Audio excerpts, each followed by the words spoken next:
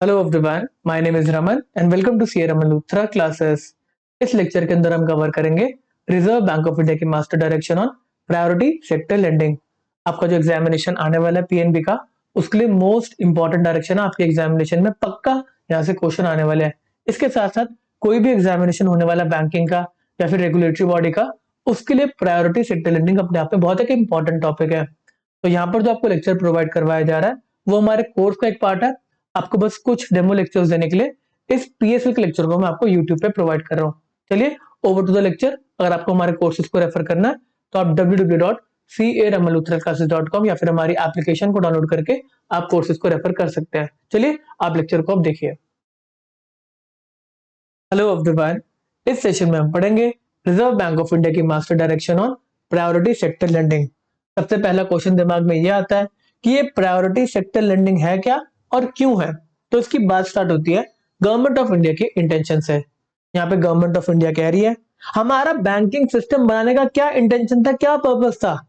तो banking system facilitate करता है मोबिलाइजेशन ऑफ फंड्स को। मतलब एक सेक्शन ऑफ सोसाइटी है जिसके पास स्पेयर पैसा पड़ा है, सेविंग्स पड़ा है, तो इनको बोला आप अपना पैसा आगे बैंक में डिपॉजिट करो, आपको इंटरेस्ट मिलेगा।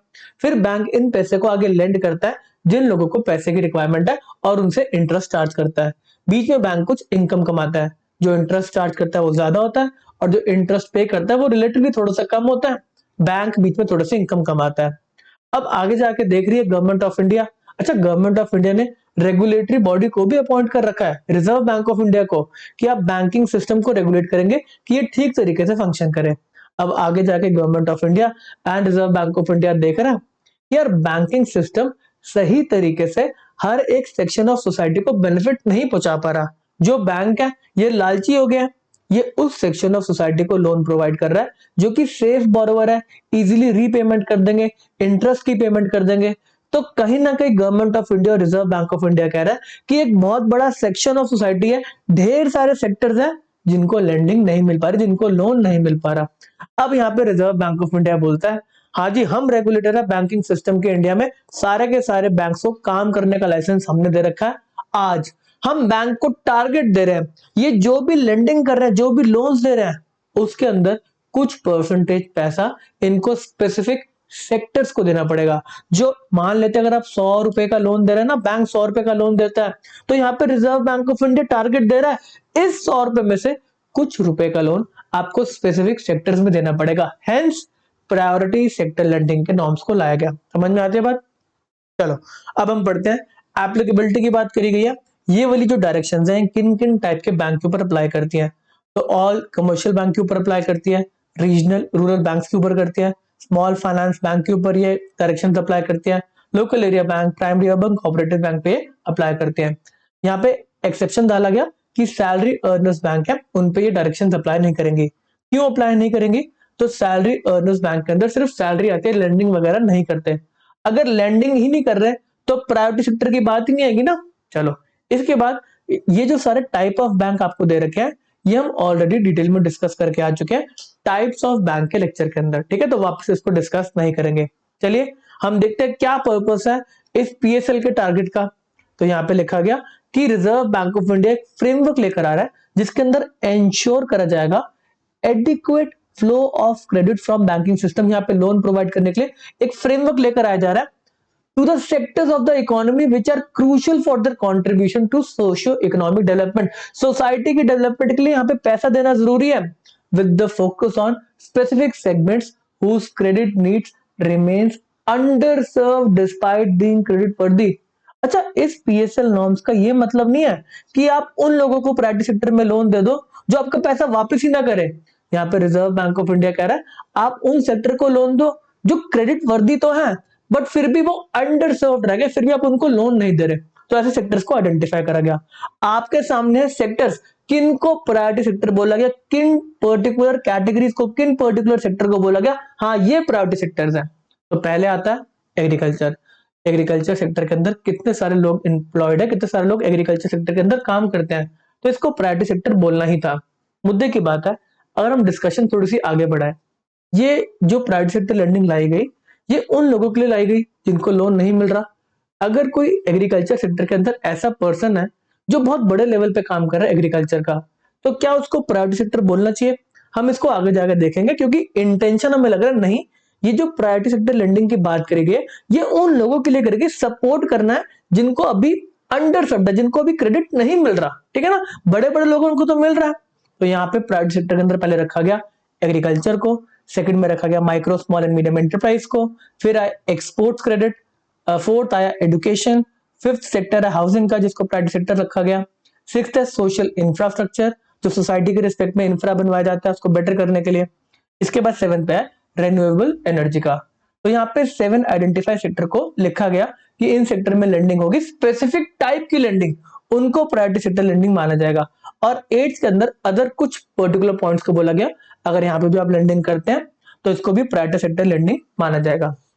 अब आगे जाके हम हर एक टाइप की जो कैटेगरी है उसको डिटेल में रीड करेंगे कि एग्रीकल्चर में किस टाइप का लोन प्रायोरिटी सेक्टर होगा, एमएसएमई के अंदर, एक्सपोर्ट्स के अंदर, एजुकेशन के अंदर। कोई लिमिट है कि सबको एजुकेशन में जितना मर्जी लोन दे दो?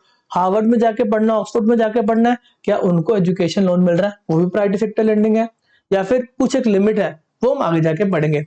मुद्दे की बात है, सबसे पहले हम पढ़ते हैं टारगेट्स को। तो यहाँ पे बैंक्स को कितना टारगेट दिया गया? अब ये टारगेट किस बेसिस पे होगा? ये तो लॉजिक हमें समझ में आता ना। टारगेट दिया गया कि आपकी जो लेंडिंग हो रही है उसका कुछ परसेंटेज की लेंडिंग आपको प्रायोरिटी सेक्टर लेंडिंग करनी है, लेंडिंग के ऊपर ये टारगेट्स दिए गए। फर्स्ट टारगेट आता है। अच्छा, इन टारगेट्स को अलग अलग बैंक्स के लिए अलग अलग रखा गया। ये टारगेट्स अलग अलग क्यों रखे गए? देखो, अगर कुछ बैंक को specifically reserve bank of India ने लाइसेंस दिया एक पर्टिकुलर सेक्टर के डेवलपमेंट के लिए, लाइसेंस ही दिया उस बैंक को कि तू इस सेक्टर के डेवलपमेंट के लिए काम करेगा, तो उसके प्राइवेट सेक्टर लेंडिंग के टारगेट थोड़े से ज्यादा होने चाहिए ना। चलो बात को स्टार्ट करते हैं। नॉर्मल हमारे कमर्शियल बैंक है, तो यहाँ पे पहली कैटेगरी आई डोमेस्टिक कमर्शियल बैंक की, जिसके अंदर आरआरबी और स्मॉल फाइनेंस बैंक को अलग रखा गया। और यहाँ पे foreign bank with 20 branches and above, मतलब बड़े बैंक। डोमेस्टिक कमर्शियल बैंक आपका एसबीआई आ गया, पीएनबी आ गया, एचडीएफसी आ गया, एक्सिस बैंक आ गया, या फिर कोई फॉरेन बैंक है जिसकी ब्रांचेस ज्यादा है, मतलब ये भी इंडिया के अंदर डीप स्टेट में ऑपरेशंस कर रहा है, ठीक है ना। चलो, तो इनको टोटल प्राइवेट सेक्टर लेंडिंग के टारगेट दिए गए 40%। जो आप लेंडिंग कर रहे हो, जो आप क्रेडिट दे रहे हो, उसका 40% का टारगेट दिया गया। अब इसकी जो स्पेसिफिक टर्मिनोलॉजी है जिसके बेसिस पे आपको 40% निकालना है, तो वो है ANBC, adjusted net bank credit. Bank credit तो है बट उसमें कोई एडजस्टमेंट करा गया, ठीक है ना, एडजस्टमेंट करा गया। अब ये एडजस्टमेंट क्या, उसको हम डिस्कस करेंगे। यहाँ पे आपको जो टारगेट दिए गए वो है 40% ऑफ एएनबीसी या फिर CEO BSc credit equivalent of balance sheet exposure. ये ऑफ बैलेंस शीट एक्सपोजर क्या होता है? मतलब बैंक की बैलेंस शीट में लोन दिखाई नहीं दे रहे, बैंक की कुछ कंटिजेंट लाइबिलिटी होती है, बैंक गारंटी वगैरह प्रोवाइड करता है। तो अगर ऐसी कोई कंटिजेंट लाइबिलिटी है, उसका एक क्रेडिट इक्विवेलेंट निकाला जाता है। इसकी जो कैलकुलेशन है वो आपको नहीं आनी चाहिए, बट कॉन्सेप्ट पता होना चाहिए। तो यहाँ पे क्रेडिट इक्विवेलेंट, उधार के मतलब बराबर, किसका?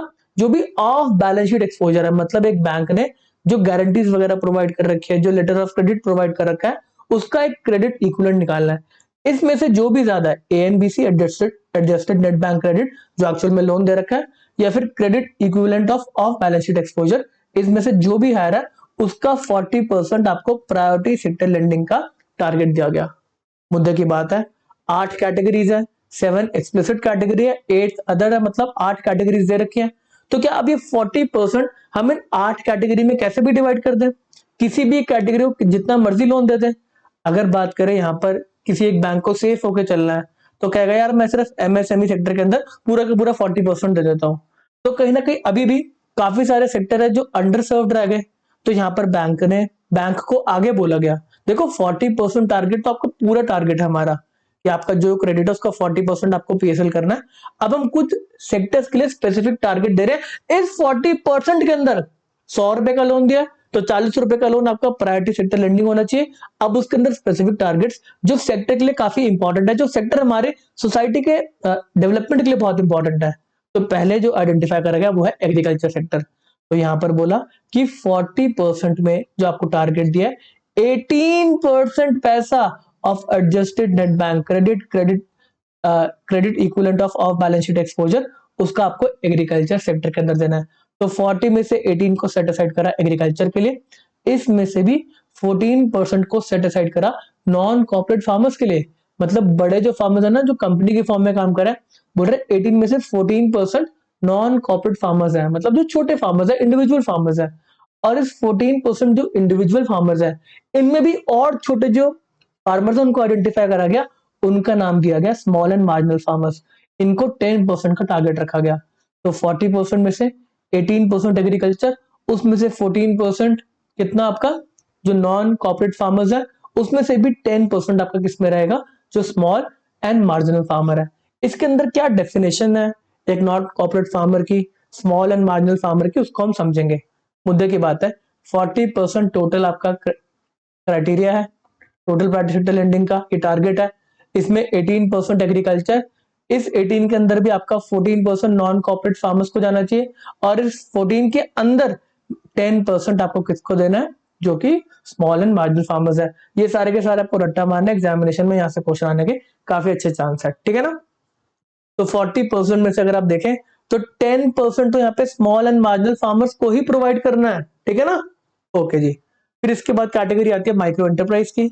आपका जो सेकंड सेक्टर था वो था micro, small and medium enterprise. ये 3 एंटरप्राइज है जिनमें से स्पेसिफिकली बोला कि माइक्रो एंटरप्राइज को आपको 7.5% पैसा देना है, जो एडजस्टेड नेट बैंक क्रेडिट है, credit equivalent of balance sheet exposure है, विच एवर इज हायर, उसका 7.5% आपको माइक्रो एंटरप्राइज में देना है। माइक्रो एंटरप्राइज क्या है, इसको भी हम डिस्कस करते हैं। फिर आता है हमारा एडवांस टू वीकर सेक्शन। तो वीकर सेक्शन के लिए 12% पैसा रखा गया of adjusted net bank credit. तो यहाँ पर जो बड़े बैंक है आपके, डोमेस्टिक कमर्शियल बैंक या फिर फॉरेन बैंक, जिसकी 20 ब्रांच से ज्यादा है, तो उसको प्रायोरिटी सेक्टर लेंडिंग के टारगेट दिए गए। हम लिख लेते हैं 40% टोटल है। इसमें से अगर सिर्फ एग्रीकल्चर की बात करें तो 18% एग्रीकल्चर है, इसके अंदर से 14% आपका नॉन कॉर्पोरेट फार्मर, इसके बाद 10% आपका किसका, स्मॉल एंड मार्जिनल फार्मर्स। बात करें आगे आपका माइक्रो एंटरप्राइज का, उसका 7.5%। उसके बाद अगर बात करें आपका वीकर सेक्शन का, तो 12%। ये आपको रट्टा ऐसे ही मारना पड़ेगा, ठीक है ना। चलो सर, काफी सारी बातें यहाँ पे हमने डिस्कस करी जिसका हमें कुछ समझ में नहीं आया। यहाँ पे एडजस्टेड नेट बैंक क्रेडिट क्या है, सीईओ बीएससी क्या है, माइक्रो एंटरप्राइज क्या होता है, नॉन कॉर्पोरेट फार्मर्स क्या है, स्मॉल एंड मार्जिनल फार्मर्स क्या है, हमें कुछ समझ में नहीं आया। अभी हम डिस्कस करेंगे ना। सबसे पहले आपका डिस्कशन आता है एडजस्टेड नेट बैंक क्रेडिट का। मुद्दे की बात है, जो आपका बैंक का क्रेडिट है, जो आप लोन दे रहे हो, उसके बेसिस पे आपके टारगेट्स निकाले जाएंगे ना, कि आपने जो लोन दिया, मान लेते हैं 100 रुपीज का लोन दिया, इसमें से 40 रुपीज का लोन आपको प्रायोरिटी सेक्टर के अंदर लेंडिंग करनी है। 100 रुपए लोन दे रहे हो, उसमें से 40 रुपए प्रायोरिटी सेक्टर लेंडिंग के होने चाहिए। अब हम बैंक की एक बार बैलेंस शीट को समझते हैं। बैंक की बैलेंस शीट कैसे होती है, ये आपकी बैलेंस शीट बनी, ये बैंक की कैपिटल और उसकी लाइबिलिटीज आ गई, और यहाँ पे बैंक के असेट्स आ गए। अगर हम कैपिटल एंड लाइबिलिटीज की बात करें तो यहाँ पे सबसे पहले शेयर कैपिटल आएगी, रिजर्व एंड सरप्लस आएंगे, फिर जो एक बहुत बड़ा पार्ट आएगा जो आप डिपॉजिट्स करवाते हैं बैंक में, जो आप सेविंग अकाउंट में पैसा रख रहे हैं, करंट अकाउंट में पैसा रख रहे हैं, वो बैंक के लिए एक लाइबिलिटी है, उसको वापस करना है आपको। तो यहाँ पे डिपॉजिट्स बैंक के लिए एक लाइबिलिटी, जो डिपॉजिट्स मिले हैं। और यहाँ पे अगर बैंक कुछ सिक्योरिटी वगैरह इशू करता है जिसपे पैसे रेस करता है, डिवेंचर वगैरह इशू करता है, तो वो भी एक लाइबिलिटी है बैंक के लिए। पैसा मिलेगा, इन सारे पैसे को वो एडवांस की फॉर्म में, लोन की फॉर्म में आगे बांटेगा ना। तो अगर बैंक के एसेट की बात करें तो यहाँ पर लोन आ जाएगा, एक बहुत बड़ा सेगमेंट, जो लोन की फॉर्म में पैसा बांट रखा होगा। फिर बैंक ने कुछ खुद भी डिपॉजिट्स कर रखेंगे किसी और बैंक के साथ, बैंक ने कुछ इन्वेस्टमेंट्स वगैरह कर रही होगी आगे किसी और, जहां पे भी इन्वेस्टमेंट की अपॉर्चुनिटी मिली होगी। यहाँ पर किस फिगर के अंदर, किस फिगर में से आपको प्रायोरिटी सेक्टर लेंडिंग निकालनी है। तो जो लोन दिया जा रहा है, बैंक का क्रेडिट दिया जा रहा है, उसमें से आप प्रायोरिटी सेक्टर लेंडिंग निकालेंगे। अब यहाँ पे आगे जाके रिजर्व बैंक ऑफ इंडिया या फिर हमारी गवर्नमेंट ऑफ इंडिया मिलके बोलती है कि हम इस बैंक क्रेडिट के अंदर कुछ एडजस्टमेंट करेंगे। देखो, अगर मान लेते हैं गवर्नमेंट कोई स्कीम लेकर आती है जिसके अंदर बोला जाता है कि बैंक्स को आप इसमें इन्वेस्टमेंट वगैरह करो, हम आपको बेनिफिट देंगे इस इन्वेस्टमेंट में। तो बैंक्स कह रहे क्या आप हमें बेनिफिट दोगे, तो कह रहे सबसे पहले जो आप हमें पैसा दे रहे हैं, इन्वेस्टमेंट कर रहे हैं, इस पैसे को हम बैंक क्रेडिट की कैलकुलेशन में कम कर देंगे। जैसे ही बैंक क्रेडिट की कैलकुलेशन में इस पैसे को कम करा गया, आपके प्रायोरिटी सेक्टर लेंडिंग के टारगेट्स बढ़ गए। ऐसे ही अगर कुछ स्पेसिफिक इन्वेस्टमेंट्स है, कुछ स्पेसिफिक आपने डिपॉजिट कर रखे हैं, अगर जो रिजर्व बैंक ऑफ इंडिया वो कहना चाहती है कि नहीं नहीं देखो, आपने जो डिपॉजिट्स करे हैं, जो इन्वेस्टमेंट करी है, कहीं ना कहीं आपको इसको लेंड करना चाहिए था पैसा, तो आपके जो बैंक क्रेडिट है उसमें उसको ऐड कर दिया जाएगा। कहेंगे इसको ऐड करेंगे और तभी आपकी पीएसएल की जो लेंडिंग के टारगेट्स है वो निकालेंगे। जैसे आपका बैंक का क्रेडिट बढ़ जाएगा तो उस केस के अंदर आपके पीएसएल के टारगेट्स भी बढ़ जाएंगे, क्योंकि बैंक क्रेडिट ज्यादा है तो उसका परसेंटेज भी ज्यादा होगा। तो यहाँ पर बैंक क्रेडिट के अंदर कुछ एडजस्टमेंट कराएगी। आपके एग्जामिनेशन के लिए उतना इंपॉर्टेंट नहीं है कि क्या क्या एडजस्टमेंट है, बट फिर भी हम पढ़ेंगे इसको, एक बार समझेंगे कि क्या इंटेंशन है यहाँ पे रिजर्व बैंक ऑफ इंडिया का इस पॉइंट को लेके। तो सबसे पहले तो आप लिख लो बैंक क्रेडिट इन इंडिया क्या है, कितना पैसा यहाँ पे उधार पे दे रखा है। उसके बाद अगर किसी बिल को रीडिस्काउंट करवा लिया गया आरबीआई या फिर अदर फाइनेंशियल इंस्टीट्यूशन के थ्रू तो उसको लेस कर देंगे। सर ये क्या कॉन्सेप्ट है? देखो आपके बैंक ने लोन दिया, मान लेते 100 रुपए का। अब अगर इस पर्टिकुलर लोन की रीडिस्काउंटिंग या रीफाइनेंस अवेलेबल है, बैंक ने 100 रुपए का लोन दिया, फिर आगे जाके रिजर्व बैंक ऑफ इंडिया से इस लोन को रीफाइनेंस करवा लिया, मतलब ये एक्सपोजर कहीं ना कहीं ट्रांसफर हो गया ना, बैंक को इस रीफाइनेंस के अगेंस्ट 99 रुपीज का फंड मिल गया। तो कह रहे बैंक को तो पैसा वापस मिल गया, बैंक ने एक्चुअल में तो लेंडिंग करी नहीं ना, लेंडिंग करी बट पैसा वापस लिए तो बैंक का क्रेडिट नहीं रहा, ये एक्सपोजर कहीं ना कहीं उस एंटिटी का हो गया जिसने इसको रीफाइनेंस करा। तो यहाँ पर इस फिगर को अगर कोई आपने बिल्स रीडिस्काउंट करा लिए आरबीआई या फिर other approve financial institution for example SIDBI, तो कह रहे उसको यहाँ से रिड्यूस कर दो बैंक क्रेडिट में से। क्रेडिट आपने दिया था बट उसको आपने रीफाइनेंस करा लिया तो आपका नहीं रहा, अब किसी और बैंक का हो गया। Bank bill rediscounted with Reserve bank of India और अदर अप्रूव्ड फाइनेंशियल इंस्टीट्यूशन, तो यहाँ से नेट कर दिया इसको, तो यहाँ पर नेट बैंक क्रेडिट निकल कर आता है, बैंक क्रेडिट में से रीडिस्काउंट वाला हटा दो, नेट बैंक क्रेडिट निकल कर आता है। अब इसके ऊपर कुछ एडजस्टमेंट करने की बात करिए, इंटेंशन हम समझ के आज के एडजस्टमेंट किस बात की हो रही है। यहाँ पर आपको एक फैसिलिटी प्रोवाइड करी जाती है पीएसएल के केस के अंदर कि अगर आप अपने टारगेट्स को पूरा नहीं कर पा रहे तो कुछ इंस्टीट्यूशन बना रखे हैं हमारी गवर्नमेंट ऑफ इंडिया ने, रिजर्व बैंक ऑफ इंडिया ने, जो कि सेक्टर की डेवलपमेंट के लिए बना रखे हैं। जैसे कि नाबार्ड को बना रखा है एग्रीकल्चर एंड रूरल सेक्टर के डेवलपमेंट के लिए, एनएचबी को बना रखा है हाउसिंग सेक्टर के डेवलपमेंट के लिए, सिडबी को बना रखा है एमएसएमई सेक्टर के डेवलपमेंट के लिए। तो यहाँ पर क्या बोलते हैं रिजर्व बैंक ऑफ इंडिया की ये डायरेक्शन, अगर आप प्रायोरिटी सेक्टर लेंडिंग नहीं कर पा रहे ना तो आप डिपॉजिट कर दो इन पर्टिकुलर इंस्टीट्यूशंस के साथ, ये कर देंगे प्रायोरिटी सेक्टर लेंडिंग। तो यहाँ पर अगर आप कुछ डिपॉजिट करते हैं, मान लेते हैं हमने क्रेडिट दिया, हम प्रायोरिटी सेक्टर लेंडिंग नहीं कर पाए, तो इसके इन ल्यू हमने डिपॉजिट करे, आपकी 100 रुपीज की क्या कहते हैं आपकी बैंक क्रेडिट था, आपने 10 रुपए का डिपॉजिट कर दिया किसके पास, इस पर्टिकुलर जो भी फंड्स वगैरह बनाए गए थे, प्रायोरिटी सेक्टर लेंडिंग आपकी हो नहीं रही थी तो आपने 10 रुपए जाकर डिपॉजिट कर दिए। मुद्दे की बात है, ये वाली एडजस्टमेंट बोलती है ये जो आप डिपॉजिट कर रहे हो ना, आप इसको इंक्लूड करेंगे डिपॉजिट क्रेडिट की कैलकुलेशन के अंदर। आपने डिपॉजिट तो कर दिया बट इसको डायरेक्टली क्रेडिट नहीं माना जा रहा, क्रेडिट के अंदर तो आपको इंक्लूड करना पड़ेगा ना। मान लेते हैं आपका 100 रुपीज के ऊपर 40 रुपीज आपको प्रायोरिटी सेक्टर लेंडिंग के अंदर आपको पैसा लगाना था, क्रेडिट देना था 40%, 40 रुपीज का। अब आप कह रहे कि देखो मैंने यहाँ पे 40 रुपीज, मान लेते हैं 40 रुपीज मैंने यहाँ पे डिपॉजिट करवा दिए, कह रहे नहीं नहीं, फिर उस केस के अंदर ये 40 रुपीज सीधा मान लिए नहीं जाएंगे कि आपने लेंडिंग कर दी, इसको पहले बैंक क्रेडिट में भी तो ऐड करो। तो यहाँ पे माना जाएगा 140 आपका हो जाएगा बैंक का क्रेडिट, और फिर इसके बाद इसका 40% देखा जाएगा, इसके बाद इसका 40% देखा जाएगा पीएसएल की कैलकुलेशन। तो यहाँ पर अगर आपको डिपॉजिट्स वगैरह करते हैं वो बैंक क्रेडिट में नहीं आ रहे तो इसको पहले आपको ऐड करना पड़ेगा पीएसएल की जो रिक्वायरमेंट है, टारगेट्स है, उसके कैलकुलेशन के लिए। सेम चीज है अगर कोई ऐसी इन्वेस्टमेंट्स है जो कि एलिजिबल है प्राइवेट सेक्टर में क्लासिफाई होने के लिए, तो कह रहे आप इन्वेस्टमेंट तो कर रहे हैं ठीक है बट वो क्रेडिट की फिगर में नहीं आ रही तो उसको पहले ऐड करो, उसके बाद पीएसएल के टारगेट्स आप कंप्यूट करो, ठीक है, क्रेडिट के अंदर इसको ऐड करवा लिया गया।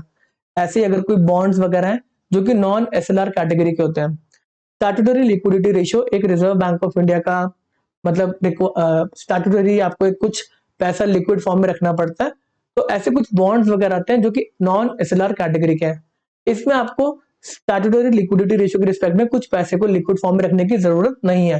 तो यहाँ पे थोड़ा सा बोला जाता है कि अगर आपने यहाँ पे भी इन्वेस्टमेंट करा है ना, पैसा लगाया, तो इसको भी आप इन्वेस्टमेंट है, क्रेडिट थोड़ा नहीं है, इसको बैंक क्रेडिट में आप इंक्लूड करो। बैंक क्रेडिट में जैसे इंक्लूड हो जाएंगे फिर आपके पीएसएल के टारगेट थोड़े से बढ़ जाएंगे। कह रहे आप इन्वेस्टमेंट्स वगैरह कर सकते हैं, अलाउ कर रहे हैं, बट आपके बैंक क्रेडिट को हम इससे बढ़ा देंगे, आपके पीएसएल के टारगेट्स बढ़ जाएंगे। इसके साथ साथ कुछ इंसेंटिव देने के लिए bank, Reserve bank of India, government of India incentive दे रहा है, स्पेसिफिक इन्वेस्टमेंट्स कर लो, बैंक क्रेडिट कम करवा देंगे। अब जैसे ही बैंक क्रेडिट कम हो गया, आपके पीएसएल के टारगेट कम हो जाएंगे। जैसे कि यहाँ पे क्या बोला गया, eligible amount of exemption on issuance of long term bonds for infrastructure and affordable housing. मुद्दे की बात है, यहाँ पे इंटेंशन है कि इंफ्रास्ट्रक्चर के अंदर वैसे पैसा लोग नहीं लगाते क्योंकि बड़े प्रोजेक्ट्स होते हैं, रिटर्न कम होते हैं, थोड़ा सा रिस्की भी होता है। तो यहाँ पे बोला जा रहा है कि अगर बैंक ने कोई बॉन्ड इश्यू करे, long term bonds infrastructure sector के अंदर, तो यहाँ पे इसकी लाइबिलिटी होगी, इशुएंस से तो यहाँ पे पैसा आएगा ना। अब जो स्पेसिफिक पार्ट के लिए आपने बॉन्ड को इशू करा है, यहाँ पर पैसा लगता है, लेंडिंग भी इसी इंफ्रास्ट्रक्चर सेक्टर में होगी। तो यहाँ पे थोड़ा सा प्रोत्साहन देने के लिए इंफ्रास्ट्रक्चर सेक्टर के अंदर आप पैसा रेज करें और लगाएं। तो सीधा बोला कि जितना भी पैसा आप ये बॉन्ड्स को इशू करके रेज कर रहे हैं ना, उसको बैंक के क्रेडिट की एडजस्टमेंट में लेस कर दो। तो जैसे ही लेस हो गया, पीएसएल के टारगेट कम हो गए। ऐसे ही आगे बोला गया कि अगर कोई आप एडवांस, आप कोई लोन देते हैं, लोन दिया तो बैंक क्रेडिट पे वो होगा। तो कह रहे अगर आप लोन दे रहे हैं फॉरेन करेंसी नॉन रेजिडेंट वाले अकाउंट्स के अंदर, जो नॉन रेजिडेंट है ना वो फॉरेन करेंसी में एक अकाउंट खुलवाते हैं। तो कह रहे फॉरेन करेंसी गवर्नमेंट को चाहिए होती है ना, तो कह रहे फॉरेन करेंसी वाले अकाउंट जितने मर्जी खुलवाओ। अब उनको अगर आप लोन दे रहे हैं ना, तो कह रहे उसको भी बैंक क्रेडिट की कैलकुलेशन में आप हटा दो। क्यों ऐसा बोला गया हटाने को? क्योंकि हमारी जो बैंक्स है वो better rate of interest offer करते हैं। पीएसएल की अगर रिक्वायरमेंट नहीं होती ना, तो कह रहे हैं उनको बेटर रेट ऑफ इंटरेस्ट दे दो। अगर बैंक क्रेडिट से ही उसको हटा देंगे जो इनको लोन दिया है, कह रहा है आपने जो FCNR foreign currency non resident के अकाउंट है, इनमें जो आप लोन दे रहे हैं उसको बैंक रेट की डेफिनेशन से हटा दो, लेस कर दो। तो कहीं ना कहीं बैंक की पीएसएल की रिक्वायरमेंट कम आ जाएगी, तो ये इनको थोड़ा better rate of interest offer कर पाएंगे। ठीक है ना, मतलब गवर्नमेंट चाहते हैं आप ऐसा करो ताकि हमारे पास ज्यादा फॉरेन करेंसी आए। ठीक है जी। इसके बाद ऐसे ही आगे जाके ना हमारी जो गवर्नमेंट ऑफ इंडिया है वो रिकैपिटलाइजेशन बॉन्ड लेकर आई थी। इसका स्पेसिफिक पर्पस था कि पब्लिक सेक्टर बैंक के अंदर है ना कैपिटल फ्लोट करनी थी, कैपिटल लेकर आनी थी। तो यहाँ पर बोला जो भी इन्वेस्टमेंट्स कर रहे हैं पब्लिक सेक्टर बैंक, सबके लिए नहीं, सिर्फ पब्लिक सेक्टर बैंक अगर इन्वेस्टमेंट करते हैं इन रिकैपिटलाइजेशन बॉन्ड के अंदर, तो इस केस के अंदर जितना भी पैसा रिकैपिटलाइजेशन बॉन्ड में लगा रहा है उसको सीधा बैंक क्रेडिट से रिड्यूस कर दो। डबल बेनिफिट, क्रेडिट है भी नहीं है बट बैंक क्रेडिट की डेफिनेशन में से इसको कम कर दिया गया, कैलकुलेशन में कम कर दिया गया। जैसे आपका बैंक क्रेडिट कम हुआ वैसे आपके पीएसएल के टारगेट्स कम हो गए। कहीं ना कहीं थोड़ा सा इंसेंटिव या फिर थोड़ा सा डिस एनकरेज करने के लिए एडजस्टमेंट कराई जाती है। जहाँ पे एनकरेज करना है वहां पे लेस करवा देंगे, जहाँ पे डिस्करेज करना है वहां पे ऐड करवा देंगे। ठीक है ना, तो ये बस एक बार रीड करेंगे काफी है, इंटेंशन समझ में आना चाहिए। आपके ऊपर थ्योरेटिकल क्वेश्चन एग्जामिनेशन में आ सकता है बट प्रैक्टिकल क्वेश्चन अभी तक नहीं पूछा गया। चलो, अगर सीईओ बीई की बात करें, credit equivalent of off balance sheet exposure, तो वही जो आपका balance sheet exposure balance sheet पे नहीं दिखा रहे होते ना, ऑफ बैलेंस शीट है, तो यहाँ पे बैंक गारंटी है, कंटिजेंट लायबिलिटी है, तो उसका एक क्रेडिट इक्विवेलेंट निकाला जाता है। कितने का उधार है भाई ये बताओ, तो कह रहा है वो और एएनबीसी को कंपेयर करा जाएगा। एएनबीसी और सीईओ बीई में जो ज्यादा है उसके परसेंटेज पीएसएल के लिए मतलब कंसिडर करे जाएंगे। ओके सर, हमारा एक पार्ट यहाँ पे कंप्लीट होता है, एएनबीसी है, सीईओ बीई वाला। इसके बाद आते हैं नॉन कॉर्पोरेट फार्मर्स। तो ये कौन होते हैं? तो ये है इंडिविजुअल फार्मर्स।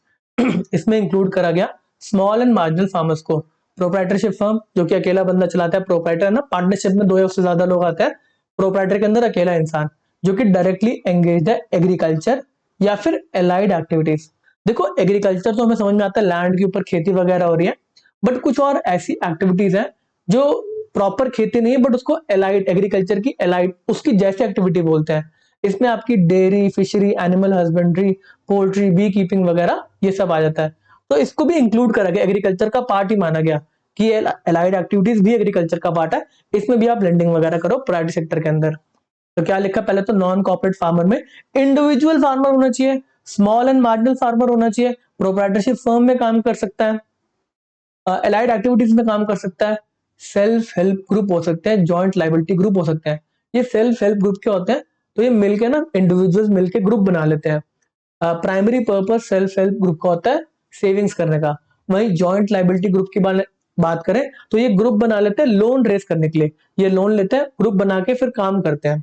तो यहाँ पर कह रहे हैं कि अगर एफएचजी या फिर जेएलजी है तो इसके अंदर ये इंडिविजुअल फार्मर होने चाहिए, और इसके अंदर भी जो बैंक लोन प्रोवाइड कर रहा है जो डेटा मतलब अपने पास रखेगा वो डिसएग्रीगेटेड फॉर्म में रखेगा, मतलब हर एक पर्सन जो इंडिविजुअल पर्सन है उसकी इंफॉर्मेशन बैंक के पास होनी चाहिए। तो इसको भी हम नॉन कॉर्पोरेट फार्मर मान लेंगे। अगर स्मॉल एंड मार्जिनल फार्मर्स की बात करें, एग्जामिनेशन के लिए इंपॉर्टेंट है, यहाँ पे क्वेश्चन आ चुका है। स्मॉल फार्मर और मार्जिनल फार्मर की क्या डेफिनेशन दी गई? तो कोई भी फार्मर है जिसकी लैंड होल्डिंग लैंड होल्डिंग की बात करें, कितना लैंड आपके पास, अप टू 1 हेक्टर लैंड है, लैंड है तो आप मार्जिनल फार्मर्स है। अगर आपके पास लैंड होल्डिंग है 1 हेक्टर से ज्यादा, 2 हेक्टेयर तक, तो उस केस में आपको स्मॉल फार्मर्स बोला जाएगा। ऐसे ही ढेर सारे और भी फार्मर्स होते हैं, और भी क्राइटेरिया है जिसमें उनकी लैंड होल्डिंग ही नहीं है, तो क्या करें, बोला गया अगर कोई लैंडलेस एग्रीकल्चर लेबरर है, कोई टेनेंट फार्मर है जिसने उधार पे मतलब जमीन कह रहा है कि कुछ टाइम के लिए मेरे को दे दो, मैं इस पे खेती करके अपना खर्चा वगैरह निकालूंगा। ऐसे ही ओरल लेसी है, मतलब मुंह जबानी काम कर रहे हैं। ऐसे ही शेयर क्रॉपर है, कुछ लोग आके खेती करते हैं, काम करते हैं, फिर जो क्रॉप निकल के आती है उसका कुछ कुछ परसेंटेज बांट लेते हैं। तो इसमें बोला गया कि अगर ऐसा कुछ हिसाब किताब है, तो आपका जो लैंड होल्डिंग का शेयर होना चाहिए ना, वो अप्रोक्सीमेटली एसएमई वाली की, जो स्मॉल एंड मार्जिनल फार्मर्स है, उसकी रेंज में होना चाहिए, तो आपको भी हम small and marginal farmers consider कर लेंगे। इसके बाद सेल्फ हेल्प ग्रुप, JLG है, जॉइंट लाइबिलिटी आपके ग्रुप्स है, तो कह रहे हैं इसको भी अगर हम मान लेंगे स्मॉल एंड मार्जिनल फार्मर, इसके अंदर जो इंडिविजुअल्स होने चाहिए वो सारे के सारे क्या होने चाहिए, small and marginal farmers. Individual of small and marginal farmer का अगर SHG JLG है, तो उसको भी small and marginal farmer consider कर लिया जाएगा। सर इसमें क्या बेनिफिट होगा, टारगेट्स है ना, याद नहीं है, 18% आपके एग्रीकल्चर के थे, 14% उसमें से आपका नॉन कॉर्पोरेट वाले फार्मर्स है, उसमें से भी 10% आपके किसमें थे, स्मॉल एंड मार्जिनल फार्मर, तो इनको ज्यादा पैसा प्रोवाइड करना पड़ेगा। तो कह रहे तो लिस्ट देनी पड़ेगी ना किन किन को आप इस 10% में कंसिडर कर सकते हैं। ठीक है जी। इसके बाद आ गया आपका, अच्छा इस केस के अंदर भी अगर आप SHG या फिर JLG को पैसा दे रहे हैं, तो डिस एग्रीगेटेड फॉर्म के अंदर आपको डेटा को प्रोवाइड करना पड़ेगा, बैंक्स को मेंटेन करना पड़ेगा। इसके बाद अगर हम एलाइड एक्टिविटीज की बात करें, तो उसमें तो लैंड है ही नहीं ना, एनिमल हस्बेंड्री, पोल्ट्री फार्म वगैरह, उसमें लैंड का उतना रोल नहीं है। अब इस केस के अंदर बोला, यहाँ पर हम लिमिट लोन के फॉर्म में लगा रहे हैं, तो loan up to 2.5 lakh rupees to individual solely engaged in allied activities without any accompanying land holding criteria. उस केस में लैंड का कोई यूज नहीं, लॉजिक लगाते हैं, तो यहाँ पे लोन की लिमिट लगा दी 2.5 लाख रुपीज की। अगर आप 2.5 लाख रुपीज तक का लोन दे रहे हैं इन पर्टिकुलर लोगों को जो एलाइड एक्टिविटीज में, एग्रीकल्चर के एलाइड एक्टिविटीज, तो उनको स्मॉल एंड मार्जिनल फार्मर्स की कैटेगरी में इंक्लूड कर लेंगे। ठीक है। ऐसे ही लोन्स होते हैं कुछ बड़ी organization, farmer producer company, farmer producer organization, अगर आप इनको लोन दे रहे हैं, सर ये तो कंपनी और इसके नाम पे, तो उसको नॉन कॉर्पोरेट फार्मर क्यों बोल रहे हैं। देखो इस केस के अंदर जो फार्मर प्रोड्यूसर कंपनीज हैं, फार्मर प्रोड्यूसर ऑर्गेनाइजेशन है, ये स्पेसिफिकली जो इनमें मेंबर्स होते हैं ना, वो इंडिविजुअल लेवल पे ही काम कर रहे होते हैं, मिलके बस ये सामान को बेचते हैं या तो खरीदते हैं। ये मिलके सामान को, जो सीड्स वगैरह वो खरीदेंगे, और जब सामान बन जाएगा तो मिलके बेच आएंगे, तो उनको बेटर प्राइस वगैरह मिल जाता है, इसलिए फार्मर प्रोड्यूसर कंपनी बना लेते हैं। तो कह रहे इस केस के अंदर भी ये जो इंडिविजुअल फार्मर्स ने कंपनी बना रखी है या फिर कोऑपरेटिव ऐसे बना रखा है, तो इसमें जो डायरेक्टली आपका काम कर रहे हैं, लैंड होल्डिंग शेयर की बात करी गई, तो कह रहे हैं वो 75% इसमें जो लैंड होल्डिंग है वो स्मॉल एंड मार्जिनल फार्मर्स की होनी चाहिए। इसमें जितने भी मेंबर्स हैं उनकी लैंड होल्डिंग है ना, तो कह रहे स्मॉल एंड मार्जिनल फार्मर का जो लैंड होल्डिंग का शेयर है 75% से कम नहीं है, तभी इस फार्मर प्रोड्यूसर कंपनी या ऑर्गेनाइजेशन को हम स्मॉल एंड मार्जिनल फार्मर को एक क्लासिफाई करेंगे, और इनको भी लोन की लिमिट लगाएगी साथ साथ 10 करोड़ रुपए पर बोरोइंग एंटिटी। ठीक है जी, मजा आ गया सुन के। ये बात हमारी यहाँ पे समाप्त होती है। फिर हमने वीकर सेक्शन के बारे में देखा था कि यहाँ पर भी 12% का टारगेट दिया गया। अब ये वीकर सेक्शन कौन है, एक बार इसको रीड करेंगे, ढेर सारे वीकर सेक्शन के अंदर आपको टाइप ऑफ पर्सन का डिटेल्स दे रखा है। तो स्मॉल एंड मार्जिनल फार्मर को बोला कि वीकर सेक्शन में भी आ सकते हैं। इसके बाद artisan, village and cottage industry में जो इंडिविजुअल्स काम कर रहे हैं, इनको क्रेडिट लिमिट दी गई 2 लाख रुपीज तक, तो ये वीकर सेक्शन में माना जाएगा। ठीक है। Beneficiary of government sponsored scheme होती है NRLM, national rural livelihood mission, या फिर नेशनल अर्बन लाइवलीहुड मिशन, या फिर self employment scheme for rehabilitation of manual scavengers, schedule caste, schedule tribe, beneficiary of differential rate of interest, ये सारे के सारे वीकर सेक्शन मान लिए गए। ठीक है ना, इनको आप लोन दो, जिसकी स्पेसिफिक आपको परसेंटेज 12% दे दी गई है, 40% में से 12% लोन इनको देना आपको। फिर self help group JLG, individuals and individual member of self help group and JLG, जो कि मास्टर डायरेक्शन के अंदर उनको एक क्राइटेरिया दे रखा है माइक्रो फाइनेंस लोन के लिए, तो माइक्रो फाइनेंस लोन अगर दिया जा रहा है सेल्फ हेल्प ग्रुप को, तो बोला वो भी वीकर सेक्शन के अंदर आ जाएगा, या फिर इंडिविजुअल्स को दे रहा माइक्रो फाइनेंस लोन। इसके बाद इंडिविजुअल वुमेन्स को रखा गया, जिनको आप 2 लाख रुपीज तक का लोन दे सकते हैं, वीकर सेक्शन में मान लिया गया। डिस्ट्रेस्ड फार्मर है, डिस्ट्रेस फार्मर कौन है? कह रहे हैं अगर किसी ने जमींदार से लोन वगैरह ले रखा है, वो दिक्कत में बड़ी, नॉन इंस्टीट्यूशनल लेंडर को से उसने पैसा ले रखा है, तो उसको वीकर सेक्शन मान लिया गया। डिस्ट्रेस्ड फार्मर नहीं है, पर्सन रखा, फार्मर तो अलग रखा, कोई और पर्सन है जिसने नॉन इंस्टीट्यूशनल लेंडर, मतलब उनके वहां पे जो जमींदार वगैरह होते हैं वहां से लोन ले रखा है, तो कह रहा है इनको भी 1 लाख रुपए तक का अगर आप लोन दोगे तो उसको वीकर सेक्शन को जो आप लोन की लिमिट दे रखे उसमें इंक्लूड करेंगे। पर्सन विद डिसेबिलिटी, ट्रांसजेंडर या फिर आपकी माइनर कम्युनिटीज की जो लिस्ट लेकर आती है हमारी government of India, time to time जो बताते हैं माइनॉरिटीज कौन है, कम्युनिटीज कौन है, उनको आप लोन देंगे तो वीकर सेक्शन के अंदर क्वालिफाई कर लिया जाएगा। ठीक है ना? चलो आगे हम देखते हैं, एक हमारा पार्ट रह गया इस पर्टिकुलर टारगेट के अंदर।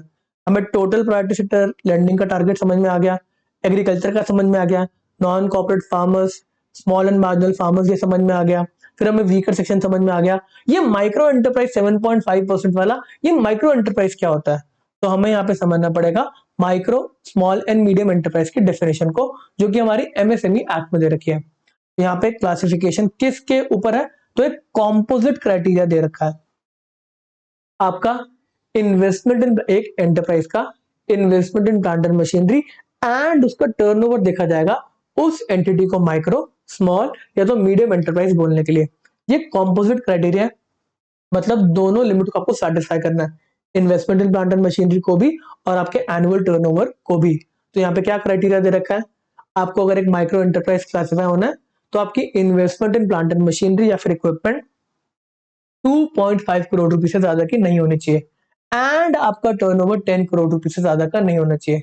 मान लेते हैं कंपनी है जिसका टर्नओवर 7 करोड़ है और उसकी investment in plant and machinery 4 crore rupees है, तो माइक्रो एंटरप्राइज नहीं बन पाएगी क्योंकि उसको दोनों कंडीशन को सेटिस्फाई करना है, 2.5 करोड़ रुपीज तक की investment in plant and machinery and turnover up to 10 crore rupees. तो माइक्रो एंटरप्राइज की ये क्राइटेरिया है। स्मॉल एंटरप्राइज के अंदर investment in plant and machinery हो सकता है 25 करोड़ रुपीज तक और टर्नओवर हो सकता है 100 करोड़ रुपीज से ऊपर का नहीं होना चाहिए। मीडियम एंटरप्राइज की बात करें तो यहाँ पे आपका जो investment in plant and machinery है वो 125 करोड़ रुपीज तक हो सकता है एंड टर्नओवर 500 करोड़ रुपीज तक। सर इस फिगर को हम याद कैसे करें? एग्जामिनेशन के लिए बहुत इंपॉर्टेंट है, आप सिर्फ माइक्रो एंटरप्राइज का जो लिमिट से रखे उनको याद कर ले। Investment in plant and machinery है 2.5 करोड़ और आपका टर्नओवर की लिमिट है 10 करोड़। तो स्मॉल में जाने के लिए दोनों लिमिट को इंटू 10 कर देंगे, 25 करोड़ रुपए निकल कर आती है आपकी स्मॉल एंटरप्राइज के अंदर investment in plant and machinery की लिमिट, और टर्नओवर की लिमिट निकल कर आती है 10 इंटू 10, 100 करोड़ रुपीस की लिमिट।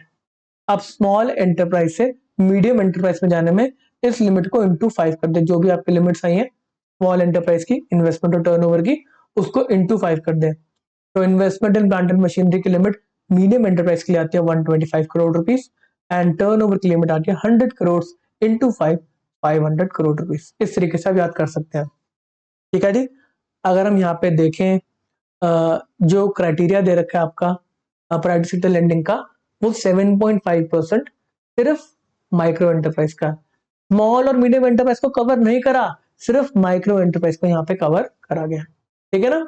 तो यहाँ पे जो मेजोरिटी सेक्शन ऑफ बैंक्स आते हैं, बड़े बैंक्स हैं जो domestic commercial banks and foreign bank, जिसकी 20 या उससे ज्यादा ब्रांच है, उसको यहाँ पे हमने कवर कर लिया, प्रायोरिटी सेक्टर लेंडिंग के टारगेट्स पूरे पढ़ लिए।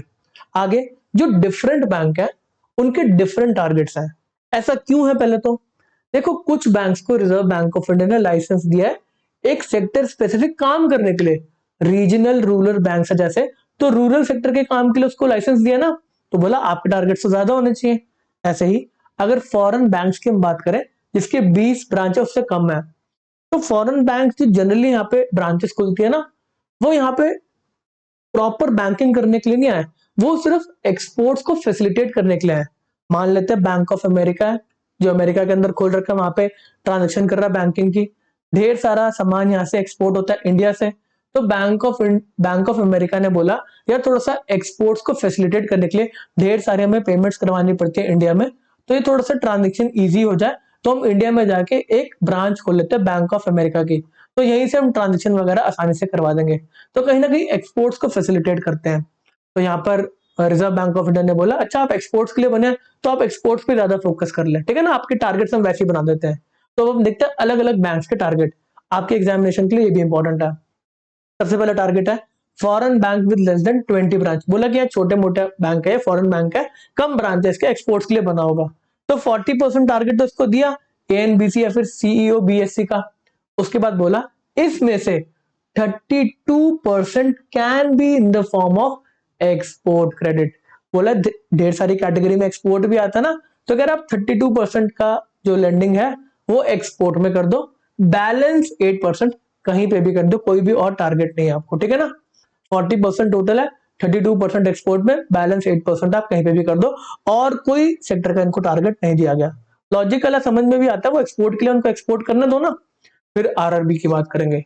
आरआरबी को रिजर्व बैंक ऑफ इंडिया कह रहा है तुम्हारे को तो बनाया गया है रूरल सेक्टर में काम करने के लिए, तो तुम्हारे टारगेट ज्यादा है। 75% of adjusted net bank credit और credit equivalent of off balance sheet exposure whichever is higher, उसका 75% लेंडिंग आपको करना है प्राइवेट सेक्टर के अंदर। अच्छा, प्राइवेट सेक्टर के अंदर आगे अगर एजुकेशन हाउसिंग के स्पेसिफिक टारगेट्स नहीं है, बट प्राइवेट सेक्टर में तो है ना, 40% की कैलकुलेशन में तो उसको लेकर जाएंगे, ये बात समझ में आनी चाहिए। चलो आरआरबी की बात फिर से करते हैं। 75% का इनको टारगेट दे दिया। अब इस टारगेट के अंदर इनकी एक लिमिट बनाई गई। ये लिमिट किस फॉर्म में? अब आरआरबी को बोला देखो अगर इनकी मेजर लेंडिंग देखेंगे ना, तो कहीं ना कहीं लग रहा था कि ये सारा का सारा पैसा बड़ी एंटरप्राइज, अच्छा एमएसएमई के अंदर। अब बड़ी एंटरप्राइज तो वैसे भी नहीं आ रही ना, क्या कहते हैं, प्राइवेट सेक्टर लेंडिंग के अंदर जो सबसे बड़ी एंटरप्राइज है आपकी प्राइवेट सेक्टर लेंडिंग के अंदर, वो है मीडियम एंटरप्राइज। अपने आप में बड़ी एंटरप्राइज है ना, नाम मीडियम है, बट इसका investment in plant and machinery 125 crore तक हो सकता है, इसका टर्नओवर भी 500 करोड़ तक हो सकता है। तो कहीं ना कहीं बैंक्स को लग रहा है, रिजर्व बैंक ऑफ इंडिया को लग रहा है कि ये बैंक सारे की सारा जो पैसा है ना, ये इन मीडियम एंटरप्राइज को ना बांट दे, ये आइडेंटिफाई करे छोटी जो हमने पीएसएल के टारगेट दे रखे हैं उसमें सबसे बढ़िया बोरोवर कौन सा, उसको पैसा दो। तो यहाँ पे 75% के अंदर एक लिमिट लगाई गई कि medium enterprise, social infrastructure, renewable energy, बड़े बड़े काम है, तो कह रहे इनकी हम अलग से एक लिमिट दे रहे हैं 15% की। मतलब 75% में से इसमें 15% से ज्यादा लेंडिंग आप इन सेक्टर्स में नहीं करेंगे, मीडियम एंटरप्राइज, सोशल एंटरप्राइज, या फिर आपका सोशल इंफ्रास्ट्रक्चर, या फिर आपकी रेन्यूएबल एनर्जी। ये बात डिफरेंट है।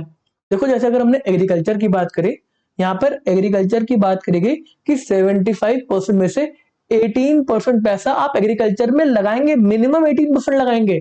और यहाँ पे जो बात करेगी मीडियम एंटरप्राइज, सोशल इंफ्रास्ट्रक्चर और रेन्यूएबल एनर्जी, इसमें बोला गया 75% में से मैक्सिमम 15% तक हम पीएसएल के लिए मानेंगे। आप 15% से ज्यादा पैसा दे दो इनको, मीडियम एंटरप्राइज को, सोशल इंफ्रास्ट्रक्चर प्रोजेक्ट्स के अंदर, बट हम मानेंगे नहीं उसको, 15% तक हम इसको मानेंगे 75% में से। इससे ऊपर अगर आप पैसा दे रहे हो तो हम उसको नहीं मानेंगे, आपको और प्राइवेट सेक्टर लेंडिंग करनी पड़ेगी, ठीक है ना। तो 75% में से एक मैक्सिमम वाली बात लेकर आई, 15% in medium enterprise, social infra and renewable energy. फिर आगे फिर मिनिमम की बात आ गई कि एग्रीकल्चर को मिनिमम 18% देना है, जिसके अंदर नॉन कॉर्पोरेट फार्मर्स आपका 14% होगा, उसमें 10% आपका स्मॉल एंड मार्जिनल फार्मर होगा। पढ़ के आ चुके ऑलरेडी, वापस से डिस्कस नहीं करेंगे। माइक्रो एंटरप्राइज का भी सेम है 7.5%। यहाँ पे थोड़ी सी एक चेंज आ गया कि वीकर सेक्शन को बोला कि आप यहाँ पे 15% देंगे, रूरल सेक्टर के अंदर है तो यहाँ पर बोला 15% आपका वीकर सेक्शन में होना चाहिए। फिर बात आती है स्मॉल फाइनेंस बैंक की, ये भी छोटे बैंक्स बनाए गए फाइनेंशियल इंक्लूजन को बढ़ाने के लिए, ठीक है ना, ताकि ज्यादा लोग मतलब बैंकिंग सिस्टम से जुड़ सके। तो यहाँ पे क्या बोला, आपका भी टारगेट 75% ऑफ एएनबीसी और सीईओ बीएससी का जो भी हायर है, उसके बाद इनको कोई इसमें लिमिट नहीं देगी, मैक्सिमम लिमिट। बोला हाँ जी आपका 75% टारगेट है।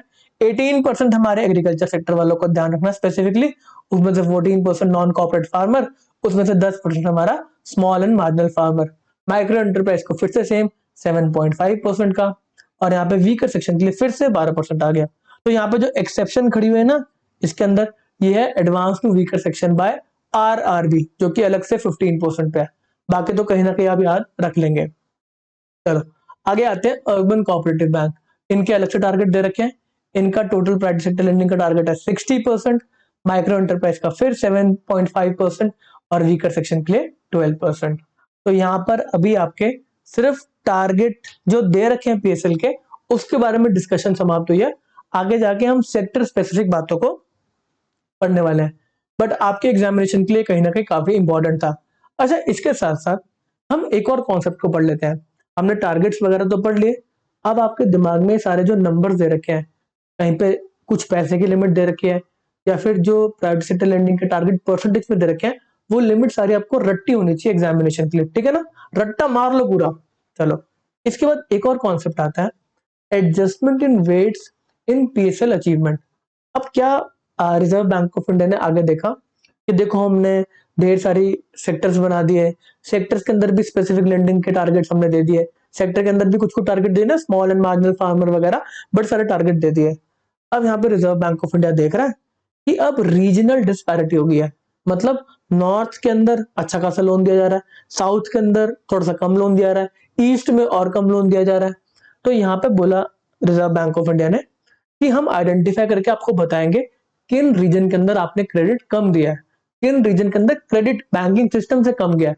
अगर आप वहां पे क्रेडिट देंगे तो उसको वेट ज्यादा दिया जाएगा, मतलब जिन रीजन को आइडेंटिफाई करें जहां पर कम ये प्राइवेट सेक्टर लेंडिंग हुई है, तो बोला अगर आप वहां पे लेंडिंग करते हैं, मान लेते हैं आप 1,000 रुपए की लेंडिंग करते हैं, तो उसको 1,000 रुपए की लेंडिंग की जगह 1250 1250 रुपए की लेंडिंग माना जाएगा। तो मतलब आपकी पीएसएल के टारगेट्स ज्यादा, मतलब आपकी कंप्यूटेशन ज्यादा कर दी ना, आप पैसा दे रहे 1,000 रुपए का, बट माना जा रहा है 1250 1250 का। तो कहीं ना कहीं आपको थोड़ा सा इंक्लाइंड हो गए कि यार जहां पर कम लेंडिंग हो रही है वहां पे जाके लेंडिंग देते हैं, तो हमारे पीएसएल के जो टारगेट्स है वो इजीली मेट हो जाएंगे, हमारे को ज्यादा बेनिफिट देंगे। तो यहाँ पे क्या लिखा रिजर्व बैंक ऑफ इंडिया की डायरेक्शन ने, to address the regional disparity, region में डिस्पैरिटी है, नॉर्थ में बढ़िया लोन दे रहा है पीएसएल के अंदर, ईस्ट में लोन ही नहीं दे रहे। In the flow of priority sector credit at the district level, it is decided to rank district, अलग अलग डिस्ट्रिक्ट्स को रैंक दिए गए, बेस्ड किसके ऊपर बेस करा है?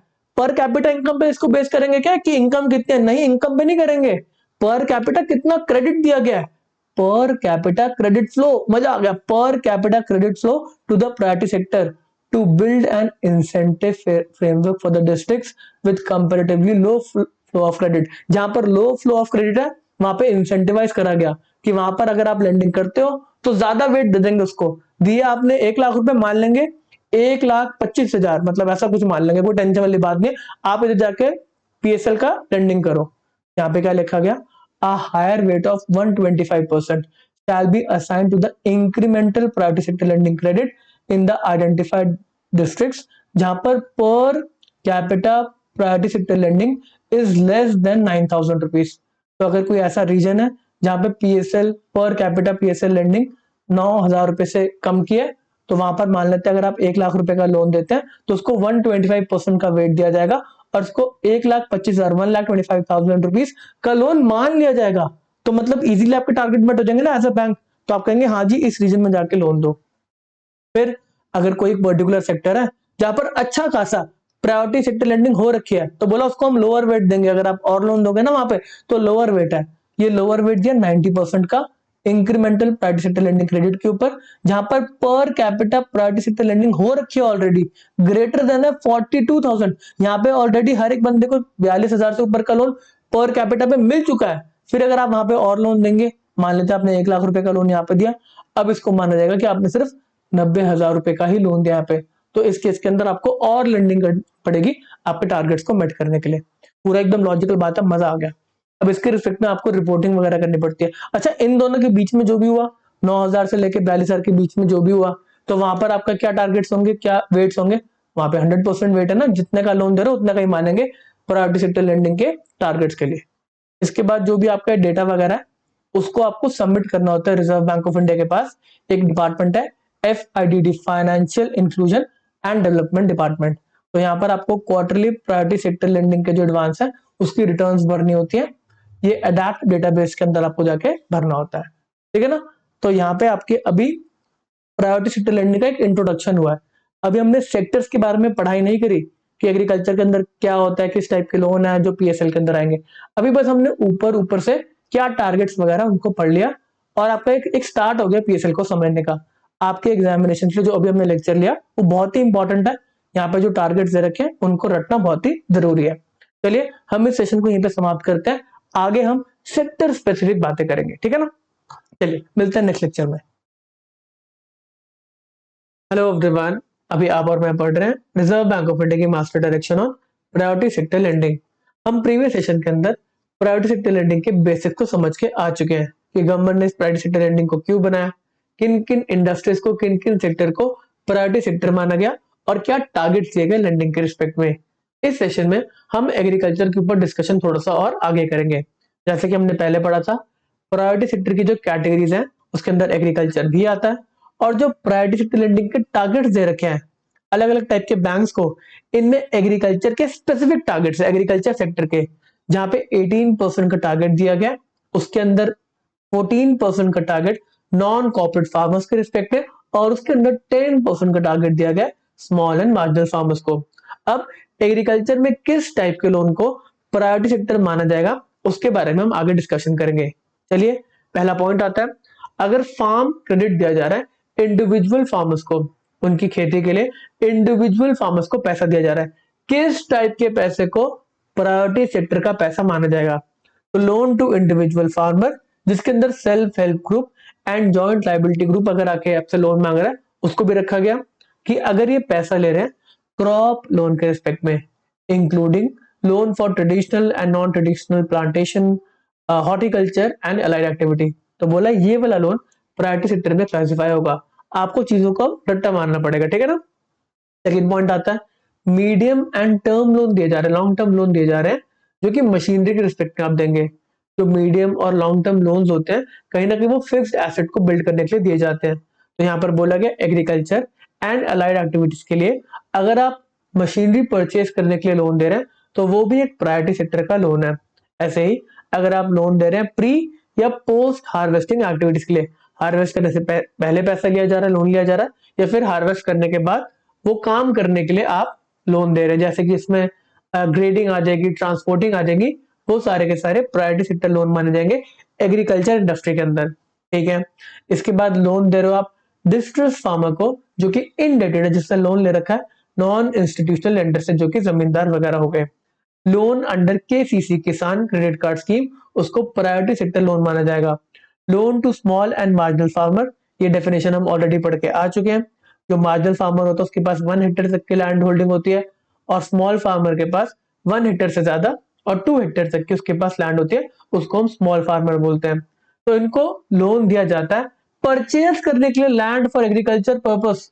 तो उस लोन को भी, क्रॉप का लोन अलग है, कह रहे हैं अगर इनको लैंड परचेज करनी है एग्रीकल्चर पर्पस के लिए तो उस केस में भी इसको पीएसएल का लोन माना जाएगा। अगला पॉइंट काफी इंपॉर्टेंट है, एग्जामिनेशन में काफी बार पूछा जा चुका है।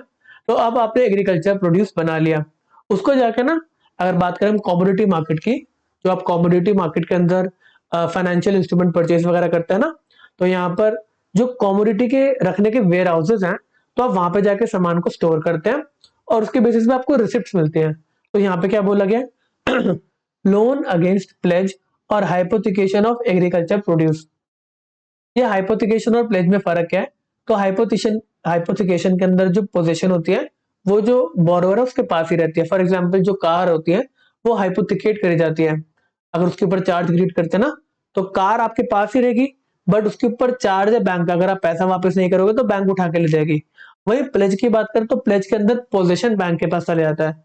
जैसे कि सिक्योरिटीज वगैरह होती है ना, आपके पास कोई शेयर्स वगैरह, अगर उसके अगेंस्ट आपको लोन लेना है तो आपको शेयर्स को प्लेज करना पड़ेगा और पोजीशन बैंक वालों को देनी पड़ेगी।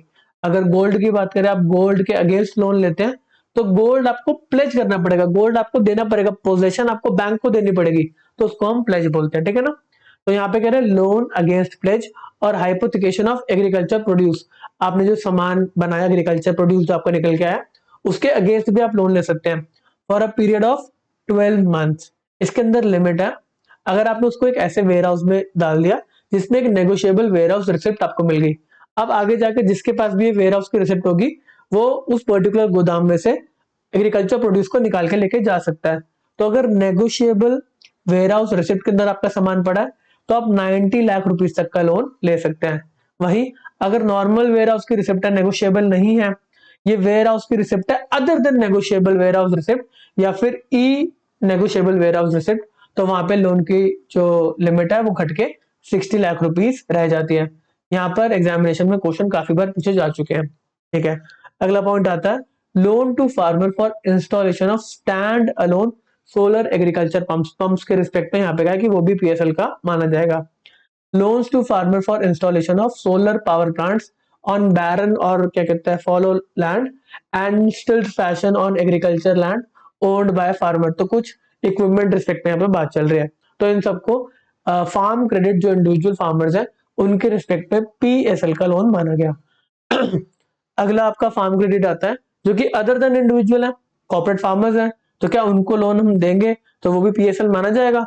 तो क्या बोल रखा है, कॉर्पोरेट फार्मर्स है, फार्मर प्रोड्यूसर ऑर्गेनाइजेशन है, फार्मर प्रोड्यूसर कंपनी है, इंडिविजुअल फार्मर्स की पार्टनरशिप फर्म है, कोऑपरेटिव ऑफ फार्मर्स है, वो एग्रीकल्चर एंड अलाइड एक्टिविटी कर रही है। तो किस टाइप का लोन और कितने रुपए तक का लोन यहाँ पे पीएसएल माना जाएगा एग्रीकल्चर की सेक्टर के अंदर? तो पहला पॉइंट आता है loan for the following activity subject to aggregate limit of 4 crore. यहाँ पे लिमिट लगा दीजिए 4 crore rupees per borrowing entity.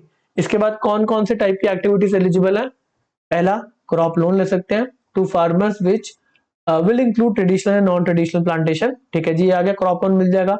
Medium and long term loan भी मिल जाएगा जो कि मिलता है प्लांट एंड मशीनरी परचेज करने के लिए। ठीक है जी। Loan for pre and post harvest activities, ये भी सेम रखा गया।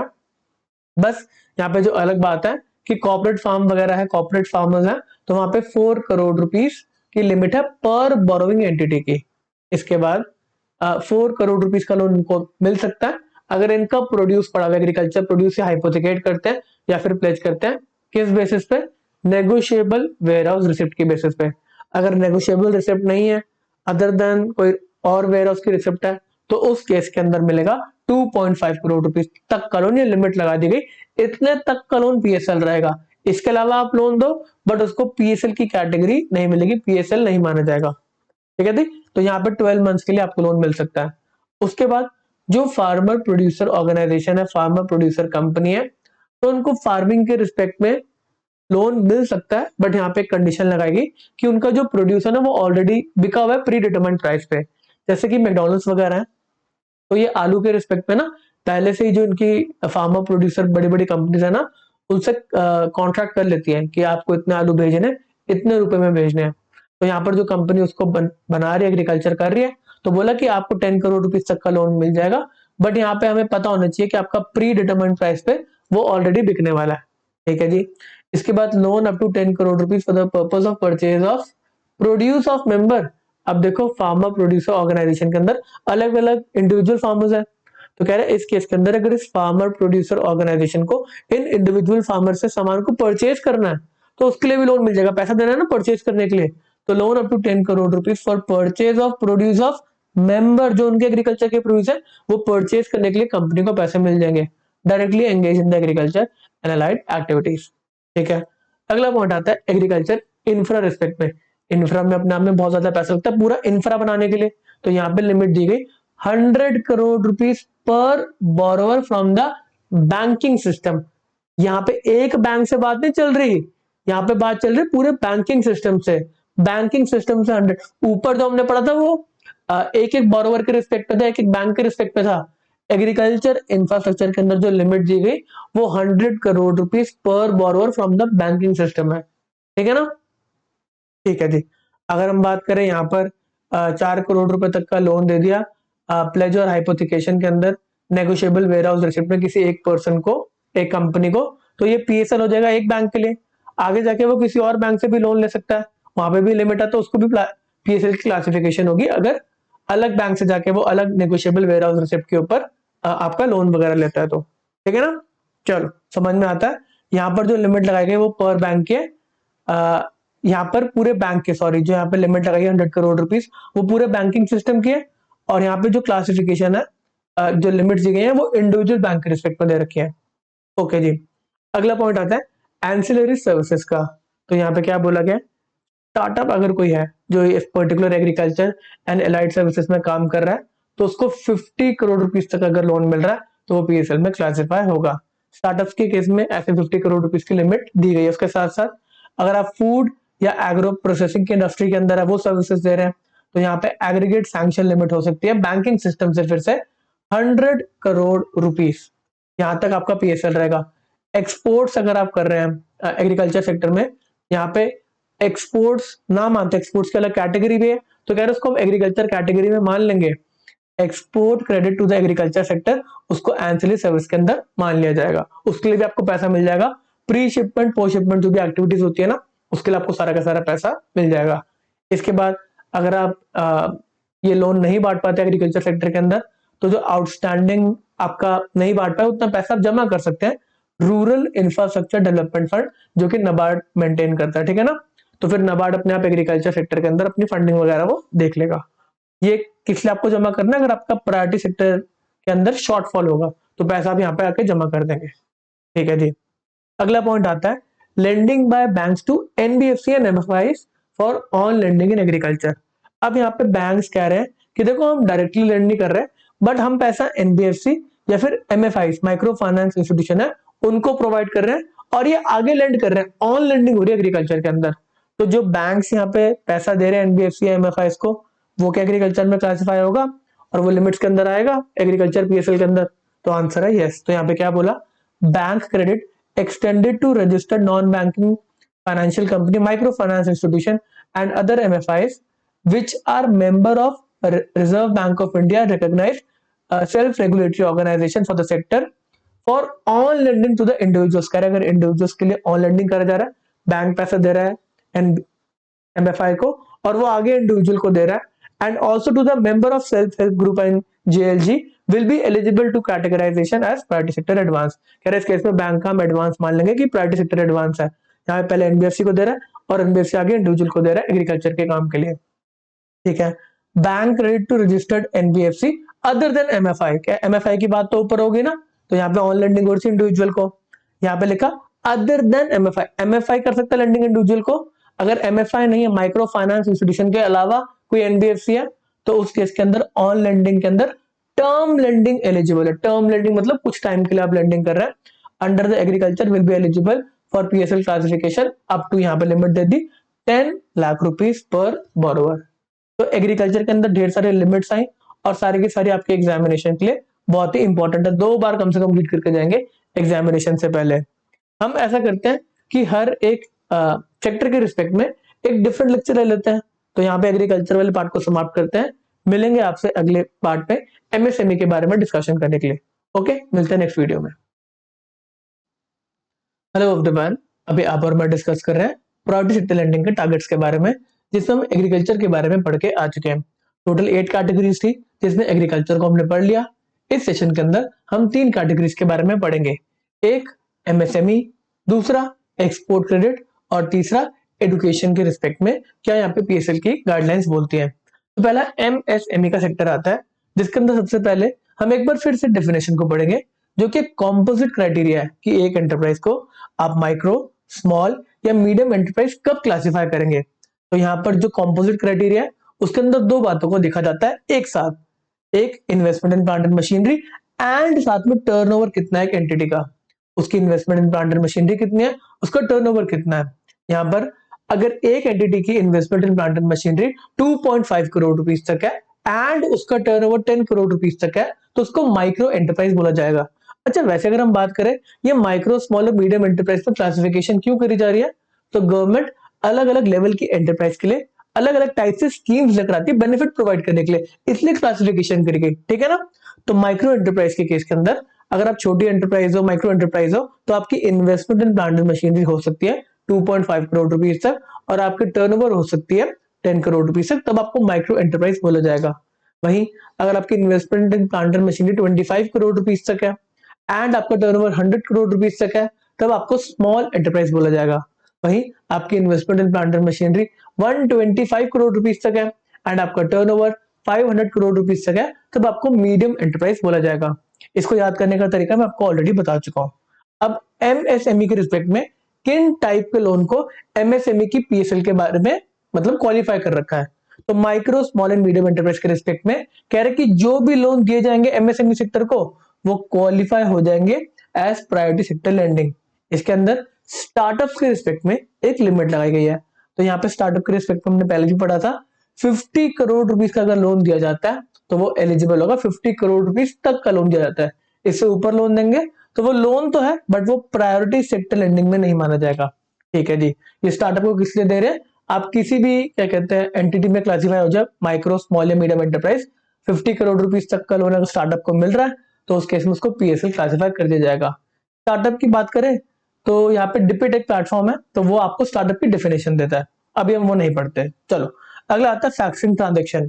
फैक्टरिंग ट्रांजेक्शन के अंदर क्या बोल रखा है, आप अगर कोई विद रिकोर्स फैक्टरिंग ट्रांजेक्शन करते हैं, विद रिकोर्स का मतलब क्या है, अच्छा फैक्टरिंग ट्रांजेक्शन क्या है, यहाँ पर जो बैंक होता है वो इनवॉइस को परचेज कर लेता है। जैसे कि आपने सेल्स करी, आपके पास इनवॉइस आ गया, आपको पेमेंट मिलेगी 3 महीने के बाद, तो इस केस में आप वो इनवॉइस बेच देते हो बैंक को, बैंक खरीदता है उसको, 2% डिस्काउंट करता है उसको, 100 रुपए का तो 98 रुपीज आपको देता है, और जब भी ड्यू डेट होगी वो जाके रिकवर कर लेगा पैसे को जिसने आपको पेमेंट करनी है। तो यहाँ पर लिखा हुआ है विद रिकोर्स फैक्टरिंग कर सकते हैं। विद रिकोर्स में क्या है, जिस आपने जो इनवॉइस को डिस्काउंट करा जिससे पैसे लेने हैं, अगर वो पैसे देने से मना कर देता है तो जिसको आपने पैसे दिए लोन के उससे आप पैसे रिकवर कर सकते हैं। समझ में आती है बात? सर हमें ट्रांजेक्शन समझ में नहीं आती। तो यहाँ पर एक सेलर है और एक बायर है। सेलर ने सामान भेजा और इनवॉइस दिया, बायर कहता मैं पेमेंट कर दूंगा 3 महीने के बाद। अब सेलर कहता देखो ये बिल है मेरे पास, ये बायर है पेमेंट करेगा 3 महीने के बाद, और मैं ये बैंक के पास में क्योंकि फंड्स की रिक्वायरमेंट है तो बैंक के पास जाके इस इनवॉइस को डिस्काउंट करा लिया, सेलर को पेमेंट मिल गई। अब ये बायर के पास जाएगा, बैंक की बाहर मेरे को पेमेंट कर दे, ड्यू डेट आ गई, 3 महीने हो गए। अगर ये बायर मना कर देता है तो फिर बैंक क्या कहेगा, सेलर के पास जाएगा, हाँ जी आपका जो बायर है उसने पेमेंट नहीं करी, आप हमें हमारा पैसा वापस करो इंटरेस्ट के साथ। तो ये विद रिकोर्स फैक्टरिंग है। तो विद रिकोर्स फैक्टरिंग अगर हो रही है तो उस केस के अंदर उसको एलिजिबल करा गया एमएसएमई कैटेगरी के अंदर, ये जो लोन जा रहे हैं ये पीएसएल में क्लासिफाई हो जाएंगे। इसके बाद अगर फैक्टरिंग ट्रांजेक्शन, ये ट्रांजेक्शन एक हमारा इलेक्ट्रॉनिक प्लेटफॉर्म है जो कि ट्रेड्स। अब ट्रेड्स के अंदर अगर आप डिस्काउंटिंग करवा रहे हैं तो उस केस के अंदर भी जो भी पैसा प्रोवाइड करा जा रहा है बैंक्स के द्वारा वो प्रायोरिटी सेक्टर लेंडिंग के अंदर माना जाएगा कि आप प्रायोरिटी सेक्टर लेंडिंग में एडवांस दे रहे हैं। ठीक है जी। अदर लोन्स के बारे में पढ़ते हैं। तो यहाँ पे हर टाइप का लोन जो Khadi and village industry sector को दिया गया तो वो माइक्रो एंटरप्राइज के रिस्पेक्ट में पीएसएल के अंदर क्लासिफाई होगा। इसके बाद loans to entity involve in assisting the decentralization sector in the supply of inputs and marketing outputs of artisan village और कॉटेज इंडस्ट्री। हर जगह स्पेसिफिक ध्यान रखा गया artisan village and cottage industries के रिस्पेक्ट में। ठीक है जी।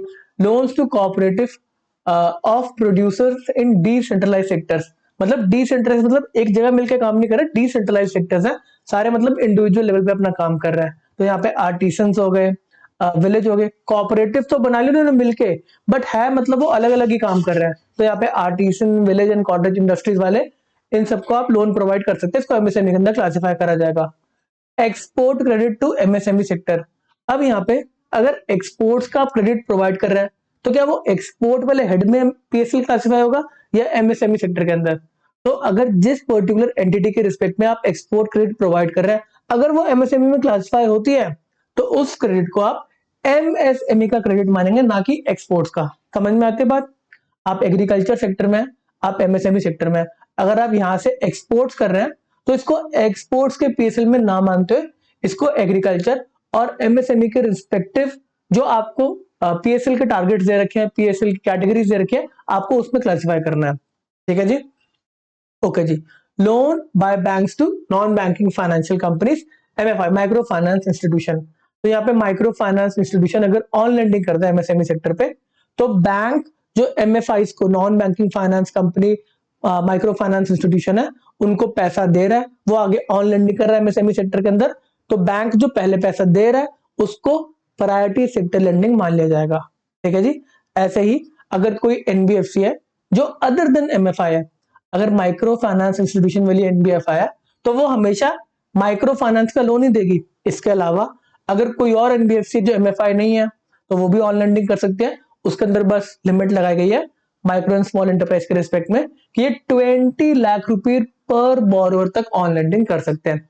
इतना आपका पीएसएल के अंदर क्लासिफाई करा जाएगा। बैंक आगे एनबीएफसी को पैसा देता है जो कि ऑन लेंडिंग करता है आगे माइक्रो एंड स्मॉल एंटरप्राइज को, तो यहाँ पे 20 लाख रुपीस तक के क्रेडिट को पीएसएल क्लासिफाई करा जाएगा। मतलब 20 लाख रुपए तक का लोन है तभी वो पीएसएल माना जाएगा। ठीक है जी। एक आपकी बहुत फेमस योजना है फाइनेंशियल इंक्लूजन के लिए जो कि है प्रधानमंत्री जनधन योजना। अब इसके अंदर ओवरड्राफ्ट की फैसिलिटी प्रोवाइड करी गई थी, कुछ पैसा ओवरड्रॉ कर सकते हैं। जितना भी पैसा यहाँ पे ओवरड्रॉ करा जाएगा तो उस केस के अंदर उसको पीएसएल का लोन माना जाएगा, प्रायोरिटी सेक्टर लेंडिंग मानी जाएगी। ठीक है जी। इसके बाद अगर आप कोई भी डिपॉजिट पैसा डाल देते हैं, अगर आपका शॉर्टफॉल हो गया, आप एमएसएमई कैटेगरी के अंदर उतना लेंडिंग नहीं कर पाए, तो पैसे को आप डिपॉजिट कर देंगे सिडबी या फिर मुद्रा लिमिटेड के पास, जो कि प्रायोरिटी सेक्टर लेंडिंग की जो आपकी शॉर्टफॉल है उसको वो पूरा करेगी। अगर आपको याद होगा, हमने एडजस्टेड नेट बैंक क्रेडिट निकाला था, तो उस केस के अंदर जो भी आप डिपॉजिट कर रहे हैं, पहले इसको ऐड भी करा जाएगा ए एन बी सी के अंदर, और फिर प्रायोरिटी सेक्टर लेंडिंग के जो टारगेट्स हैं, जो परसेंटेज है, वो कैलकुलेट करी जाएंगी। ठीक है जी। अगला पॉइंट आता है आपका, अगला सेक्टर आता है जो कि है एक्सपोर्ट्स के रिस्पेक्ट में। तो एक्सपोर्ट्स में आपका एक प्री शिपमेंट फाइनेंस होता है, पोस्ट शिपमेंट क्रेडिट होता है। ये दोनों बातें हम पढ़ के आ चुके हैं, एक्सपोर्ट फाइनेंस को बहुत डिटेल में पढ़ रखा है हमने।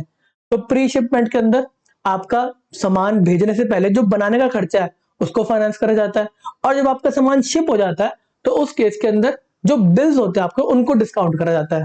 ठीक है ना। तो यहाँ पे pre shipment and post shipment credit है, उसके अंदर जो भी पैसा दिया रहा है एक्सपोर्ट्स के रिस्पेक्ट में वो पीएसएल है। साथ ही साथ एक्सक्लूड कर दिया गया यहाँ पे ऑफ बैलेंस शीट आइटम, कह रहे जो आप पैसा दे रहे हैं ना, फंड दे रहे हैं, उनको एक्सपोर्ट क्रेडिट माना गया।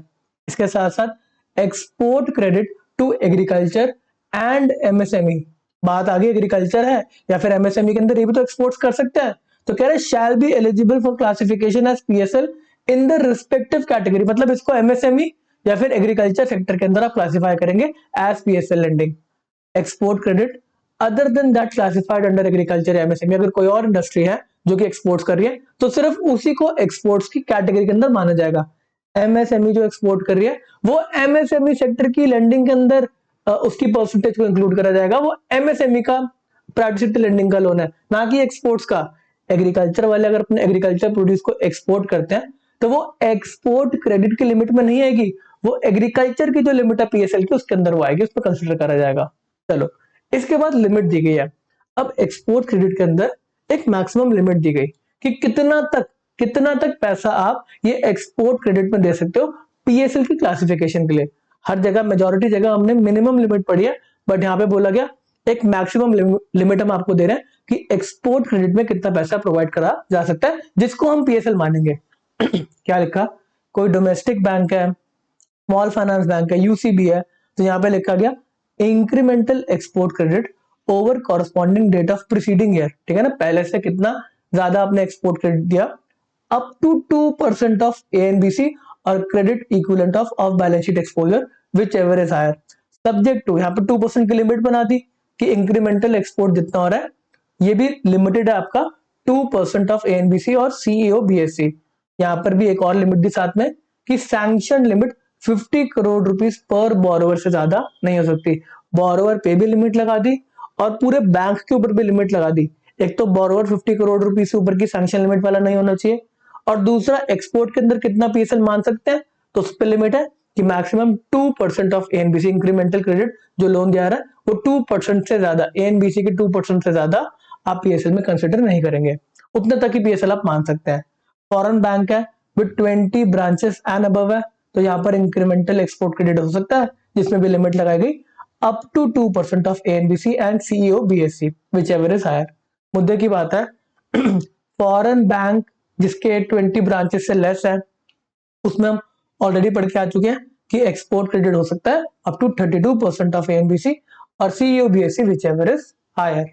अगला पॉइंट आता है आपका एजुकेशन का। एजुकेशन के सेक्टर के अंदर एक ही लाइन दे रखी है कि लोन दीजिए आप इंडिविजुअल्स को, इंडिविजुअल के अलावा किसी और को नहीं दे सकते, for educational purposes including vocational course, और यहाँ पे लिमिट लगा दी गई 25 लाख रुपीस की, will be considered as eligible for priority sector lending classification. इसके अलावा अगर आप कुछ ज्यादा रुपए का लोन देते हैं, आपको बाहर पढ़ना है, हॉस्टल की फीस वगैरह देनी है, तो वो पीएसएल लेंडिंग नहीं मानी जाएगी। तो इस सेशन के अंदर हमने सिर्फ 3 सेक्टर्स के बारे में पढ़ा, एमएसएमई, एक्सपोर्ट्स एंड एजुकेशन। आगे हम बैलेंस सेक्टर के बारे में पढ़ेंगे। इस सेशन को यहीं पे रोकते हैं, मिलेंगे आपसे नेक्स्ट सेशन में। हेलो एवरीवन, अभी आप और मैं पढ़ रहे हैं रिजर्व बैंक ऑफ इंडिया की master direction on priority sector lending. Previous sessions के अंदर हम ये समझ के आ चुके हैं कि प्रायोरिटी सेक्टर है क्या, ये प्रायोरिटी सेक्टर लेंडिंग है क्या। रिजर्व बैंक ऑफ इंडिया ने अलग अलग टाइप के बैंक्स को अलग अलग टाइप के टारगेट से रखे हैं कि जो आप क्रेडिट दे रहे हैं, मार्केट के अंदर पैसा लोन कर रहे हैं, उसमें से कुछ परसेंटेज आपको आइडेंटिफाइड प्रायोरिटी सेक्टर के अंदर देने पड़ेंगे। ऐसे ही 8 कैटेगरीज में इन प्रायोरिटी सेक्टर को डिवाइड करा गया था, जिसमें से हम 4 कैटेगरीज में जो लोन दिए जाएंगे उनमें किन लोन को प्रायोरिटी सेक्टर माना जाएगा उसको हमने पढ़ लिया। एक हमने पढ़ा था एग्रीकल्चर के बारे में, एक हमने पढ़ा था एमएसएमई के बारे में, एक हमने पढ़ा था एक्सपोर्ट क्रेडिट के बारे में, और लास्ट पॉइंट हमने पढ़ा था एजुकेशन में किस टाइप के लोन को प्रायोरिटी सेक्टर लेंडिंग माना जाएगा। आज हम पढ़ेंगे बैलेंस 4 कैटेगरी के बारे में। एक है हमारा हाउसिंग, हाउसिंग में कितने रुपए तक का लोन, किस टाइप का लोन आपका प्रायोरिटी सेक्टर लेंडिंग माना जाएगा। फिर हम पढ़ेंगे सोशल इंफ्रास्ट्रक्चर के बारे में, फिर हम पढ़ेंगे रेन्यूएबल एनर्जी के अंदर कितने रुपए तक का लोन प्रायोरिटी सेक्टर लेंडिंग माना जाएगा। उसके बाद अदर्स, लास्ट कैटेगरी है अदर्स की, तो वेरियस टाइप ऑफ लोन, उनमें से किस को हम प्रायोरिटी सेक्टर लेंडिंग मानेंगे। अदर्स में अलग अलग टाइप के लोन दे रखे छोटे अमाउंट के, ठीक है ना। चलो हाउसिंग से बात को स्टार्ट करते हैं। तो यहाँ पर बोला जा रहा है हाउसिंग में आप लोन दे रहे हैं, इसके अंदर किस लोन को प्रायोरिटी सेक्टर लेंडिंग माना जाएगा। ठीक है जी, लोन्स टू इंडिविजुअल, आप इंडिविजुअल को लोन दे रहे, कंपनी वगैरह को लोन नहीं देना। For purchase and construction of a dwelling unit पर फैमिली, यहाँ पे पर पर्सन के लिए भी लोन नहीं है, पर फैमिली के लिए लोन देना है। और यहाँ पे लिमिट्स लगाई गई। सबसे पहले आपका घर किस क्षेत्र के अंदर है, तो यहाँ पे बोला गया centre with population of 50 lakh and above, मतलब आप एक बड़े शहर में रह रहे हैं तो वहां पर मैक्सिमम लोन दो दिया जा सकता है वो है 50 लाख रुपीस का। और maximum cost of dwelling unit जो आप परचेज कर रहे हैं या फिर कंस्ट्रक्शन कर रहे हैं उसकी मैक्सिमम कॉस्ट हो सकती है 63 लाख। दोनों आपको कंडीशंस को फुलफिल करना है। एक तो जो यूनिट आप परचेज कर रहे हैं या फिर कंस्ट्रक्ट कर रहे हैं उसकी 63 लाख रुपीस से ज्यादा की कॉस्ट नहीं हो सकती। साथ ही साथ मैक्सिमम लोन उसमें जो दिया जा सकता है वो है 50 लाख रुपीस का। ठीक है जी, अगर ऐसी कोई सेंटर है जिसके अंदर पॉपुलेशन 10 लाख से ज्यादा है और 50 लाख से कम है तो यहाँ पर लोन की लिमिट घट के रह जाएगी 45 लाख रुपीस, और मैक्सिमम कॉस्ट जो ड्वेलिंग यूनिट की हो सकती है वो 57 लाख रुपीस तक ही हो सकती है। साथ ही साथ अगर 10 लाख से नीचे वाला कोई सेंटर है तो वहां पे लोन लिमिट है 35 लाख रुपीस और maximum cost of dwelling unit हो सकती है 44 लाख। एक भी कंडीशन अगर मेट नहीं होगी तो आप प्रायोरिटी सेक्टर लेंडिंग के अंदर क्वालिफाई नहीं करेंगे जो आपको लोन दिया जाएगा। मतलब बैंक के ऊपर ये ज्यादा फोकस रहेगा कि इन टाइप के लोगों को लोन प्रोवाइड करा जाए अगर पीएसएल के अंदर क्लासिफाई होना है तो। यहाँ पे क्लैरिफाई करा गया, बैंक अगर अपने ही एम्प्लॉयज को लोन देता है या हाउसिंग लोन तो कह रहे क्या वो एलिजिबल होगा पीएसएल के अंदर, तो मना कर दिया गया। अपने एम्प्लॉय को जो आप लोन दे रहे हो वो पीएसएल में नहीं आएगा। इसके साथ साथ अगर आपको याद होगा जब हमने एएनबीसी की कैलकुलेशन करी थी तो आप अगर लॉन्ग टर्म बॉन्ड्स को फ्लोट करते हैं, इशू लेकर आते हैं और उसके अंदर जो पैसा आप रेज करते हैं इंफ्रा प्रोजेक्ट्स या फिर हाउसिंग प्रोजेक्ट्स के लिए करते हैं, तो कह रहे हैं अगर आपने वहां से पैसा कोई रेज करा और फिर आपने कुछ लोन वगैरह दिए तो उसको प्रायोरिटी सेक्टर के अंदर कंसिडर नहीं करा जाएगा। अगर हम एएनबीसी के अंदर उसको लेके नहीं जा रहे, एडजस्टेड नेट बैंक क्रेडिट में उसको लेके नहीं जा रहे, तो फिर उसके ऊपर जो लेंडिंग हो रही है हाउसिंग प्रोजेक्ट के अंदर क्या उसको हमें पीएसएल मानना चाहिए? ऑब्वियस लॉजिक कहता है नहीं। Housing loan which are backed by long-term bonds shall not be classified under priority sector as they are exempted from the inclusion in ANBC।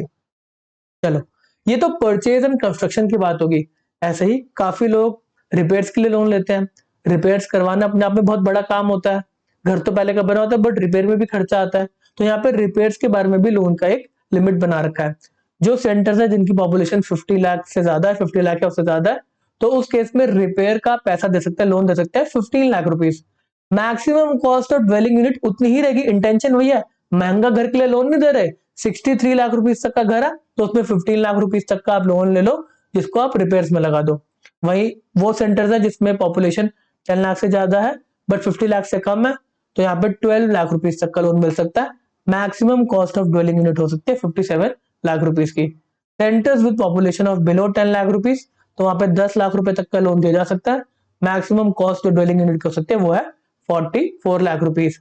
यहाँ पे देखो कंडीशन दे रखी है, to be eligible the loans to satisfy both the criteria, दोनों criteria को आपको met कर रहे हैं तभी आपको लोन प्रोवाइड करा जाएगा, उसको पीएसएल माना जाएगा, लोन लिमिट को भी और maximum cost of dwelling unit को भी। ठीक है जी, ऐसे ही अगर कोई गवर्नमेंटल एजेंसीज हैं उनको लोन प्रोवाइड करता है बैंक, और ये किसके लिए प्रोवाइड करा जा रहा है कि ये स्लम क्लियरेंस में पैसे लगाएंगे, यूनिट्स बनाएंगे जिससे स्लम का मतलब डेवलपर वगैरह होगा, रिहैबिलिटेशन वगैरह होगा, तो उस केस के अंदर जो भी ड्वेलिंग यूनिट्स बनेंगे अगर उनका कारपेट एरिया 60 स्क्वायर मीटर से ज्यादा का नहीं है, मतलब छोटे यूनिट्स हैं। तो कह रहे हैं ये जो लोन दिया जा रहा है बैंक्स के द्वारा गवर्नमेंटल एजेंसीज को, उसको भी पीएसएल मान लिया जाएगा।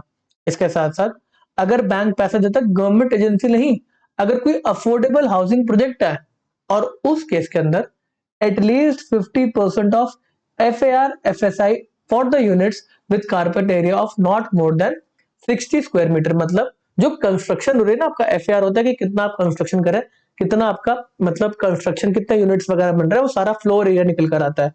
अब इसके अंदर कह रहे हैं कि जितने भी यूनिट्स बन रहे हैं इसके अंदर एटलीस्ट 50% यूनिट्स ऐसे होने चाहिए, कुछ बड़े यूनिट्स भी हो सकते हैं बट 50% यूनिट्स तो not more than 60 square metre के होने चाहिए। तो मतलब छोटे यूनिट्स 50% तो मिनिमम होंगे ना। तो अगर ऐसे यूनिट्स हैं 60% के जो 60 स्क्वायर मीटर से ज्यादा के नहीं है, तो उस केस में जो बैंक लोन प्रोवाइड कर रहा है इस अफोर्डेबल हाउसिंग प्रोजेक्ट को, वो भी पीएसएल मान लिया जाएगा। समझ में आती है बात आपको? यहाँ पे अफोर्डेबल हाउसिंग प्रोजेक्ट के लिए लोन दिया गया है, खरीदने के लिए नहीं। पहले अफोर्डेबल हाउसिंग प्रोजेक्ट के लिए आपको ये हाउसिंग प्रोजेक्ट को पैसा मिल रहा है जिसमें एटलीस्ट ऐसे यूनिट्स बन रहे हैं, एटलीस्ट 50% ऐसे यूनिट्स बन रहे हैं जिनका carpet area not more than 60 square metre है। इसके बाद ये अगर बन जाता ना अफोर्डेबल हाउसिंग प्रोजेक्ट, उसके बाद अगर लोगों को परचेज करना है, मान लेते लोग परचेज करने के लिए आ रहे हैं, तो वो वाला परचेज वाली ट्रांजेक्शन भी आपका क्या कहते हैं पीएसएल में आ सकता है। अब यहाँ पे ये वाली कंडीशन को आपको सेटिस्फाई करना है। यहाँ पे लोन दिया जा रहा है हाउसिंग प्रोजेक्ट को और ऊपर वाले केस के अंदर लोन दिया जा रहा है इंडिविजुअल्स को। ठीक है जी सर, लॉजिक समझ में आता है। इसके बाद अगर हाउसिंग सेक्टर के अंदर अपनी नीड्स को पूरा नहीं कर पाते पीएसएल की जो आपको रिक्वायरमेंट है, तो उस केस के अंदर आप आउटस्टैंडिंग अपना पैसा जो है वो डिपॉजिट कर देंगे एनएचबी के साथ, नेशनल हाउसिंग बैंक के पास। ठीक है, ये सोशल इंफ्रास्ट्रक्चर क्या होते हैं? तो यहाँ पर देखो क्या कहते हैं, जो सोसाइटी के बेनिफिट्स के लिए आपको इंफ्रा चाहिए होता है, तो उसके रिस्पेक्ट में बात करी गई है। तो loan up to limit of 8 crore rupees per borrower, जिसको किस लिए लिया जा रहा है? स्कूल्स बनाने के लिए, ड्रिंकिंग वाटर फैसिलिटीज बनाने के लिए, सैनिटेशन फैसिलिटीज बनाने के लिए। इसके अंदर इंक्लूड करा गया कि अगर कोई कंस्ट्रक्शन होता है, रिफर्बिशमेंट होता है हाउस टॉयलेट्स का, वाटर इंप्रूवमेंट का हाउस होल्ड लेवल, तो उसको भी सोशल इंफ्रास्ट्रक्चर माना जाएगा। उसके अंदर आप लोन प्रोवाइड कर सकते हैं, उनको पीएसएल माना जाएगा। साथ ही साथ 12 करोड़ रुपीस तक का लोन प्रोवाइड करा जाएगा उन बोरोवर्स को जो हेल्थ केयर फैसिलिटीज बना रहे हैं। यहाँ पे 12 करोड़ रुपीस तक का लोन अगर जा रहा है उसको पीएसएल माना जाएगा। ये टीयर 2 से टीयर 6 सेंटर्स के अंदर स्पेसिफिक, बड़े शहरों की बात नहीं करें, उनके पास कह रहे हॉस्पिटल्स हैं। Loan to micro finance institution, जो माइक्रो फाइनेंस देते हैं, कह रहे अगर ये ऑन लेंडिंग करते हैं टू इंडिविजुअल या फिर सेल्फ हेल्प ग्रुप वगैरह for water and sanitation facilities, तो उसको पीएसएल मान लिया जाएगा अंडर सोशल इंफ्रा कैटेगरी। ठीक है जी, अगला पार्ट आता है जितने भी लिमिट्स आ रही है आपके एग्जामिनेशन के लिए मोस्ट इंपॉर्टेंट है, जहां पे भी परसेंटेज आएगा, जहां पे भी आपका रुपए की लिमिट आ गई एग्जामिनेशन के लिए मोस्ट इंपॉर्टेंट, रिन्यूएबल एनर्जी की बात आई। तो यहाँ पर प्रोजेक्ट के रिस्पेक्ट में बात करी जा रही है कि बैंक लोन दे सकता है 35 करोड़ रुपीस तक का to a borrower for renewable energy based power generators, अगर ये प्रोजेक्ट लगा रहे हैं। ठीक है, स्ट्रीट लाइटिंग होगी, रिमोट विलेज इलेक्ट्रिफिकेशन वगैरह हो गया। अगर इंडिविजुअल हाउस होल्ड की बात करें तो वहां पे 10 लाख रुपए तक का लोन प्रोवाइड करा जाएगा। वो जो उसका हाउसिंग मतलब घर के ऊपर आप वो सोलर पैनल वगैरह लगाते हैं ना, तो उसके लिए 10 लाख रुपए तक का लोन अगर बैंक आपको देगा, तो बैंक के लिए वो प्रायोरिटी सेक्टर लेंडिंग माना जाएगा। आपको कोई बेनिफिट नहीं है, बस बैंक के लिए पीएसएल माना जाएगा क्योंकि जो हमें रिजर्व बैंक ऑफ इंडिया ने टारगेट दिया वो हमारा मीट हो रहा है। ठीक है, अदर्स आते हैं। इनके अलावा जो ऊपर 7 कैटेगरीज है उनके अलावा कुछ लोन को आइडेंटिफाई करा गया, आज इनको भी आप प्रायोरिटी सेक्टर माने।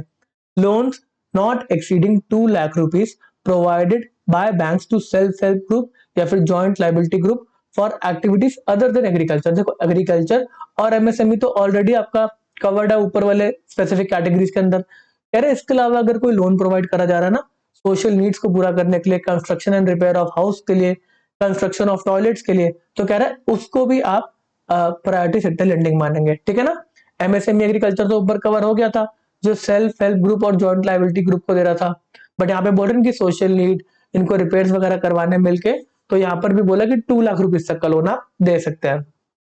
ठीक है जी, इसके बाद आता है डिस्ट्रेस्ड पर्सन को लोन। तो यहाँ पर 1 लाख रुपए तक का लोन प्रोवाइड करा जाता है। अगर कोई डिस्ट्रेस्ड पर्सन है अदर देन डिस्ट्रेस्ड फार्मर, तो 1 लाख रुपए तक की लिमिट है, ये अपना लोन रीपे कर पाएगा टू नॉन इंस्टीट्यूशनल लेंडर, मतलब जमींदार वगैरह से अगर पैसा ले रखा तो उनको रीपे कर सके वो। वही अगर फार्मर्स की बात आएगी तो वहां पर 2 लाख रुपीस की लिमिट थी, other than farmers 1 lakh rupees की लिमिट है।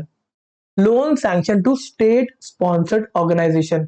अब स्टेट की भी कुछ ऑर्गेनाइजेशन है जो SC ST कैटेगरी के लोगों के लिए कुछ बेनिफिट्स का काम करती है। तो कह रहे अगर आप इनको भी लोन देते हैं for the specific purpose for purchase and supply of inputs और other marketing of outputs for the beneficiary. इसमें बेनिफिशियरी कौन है?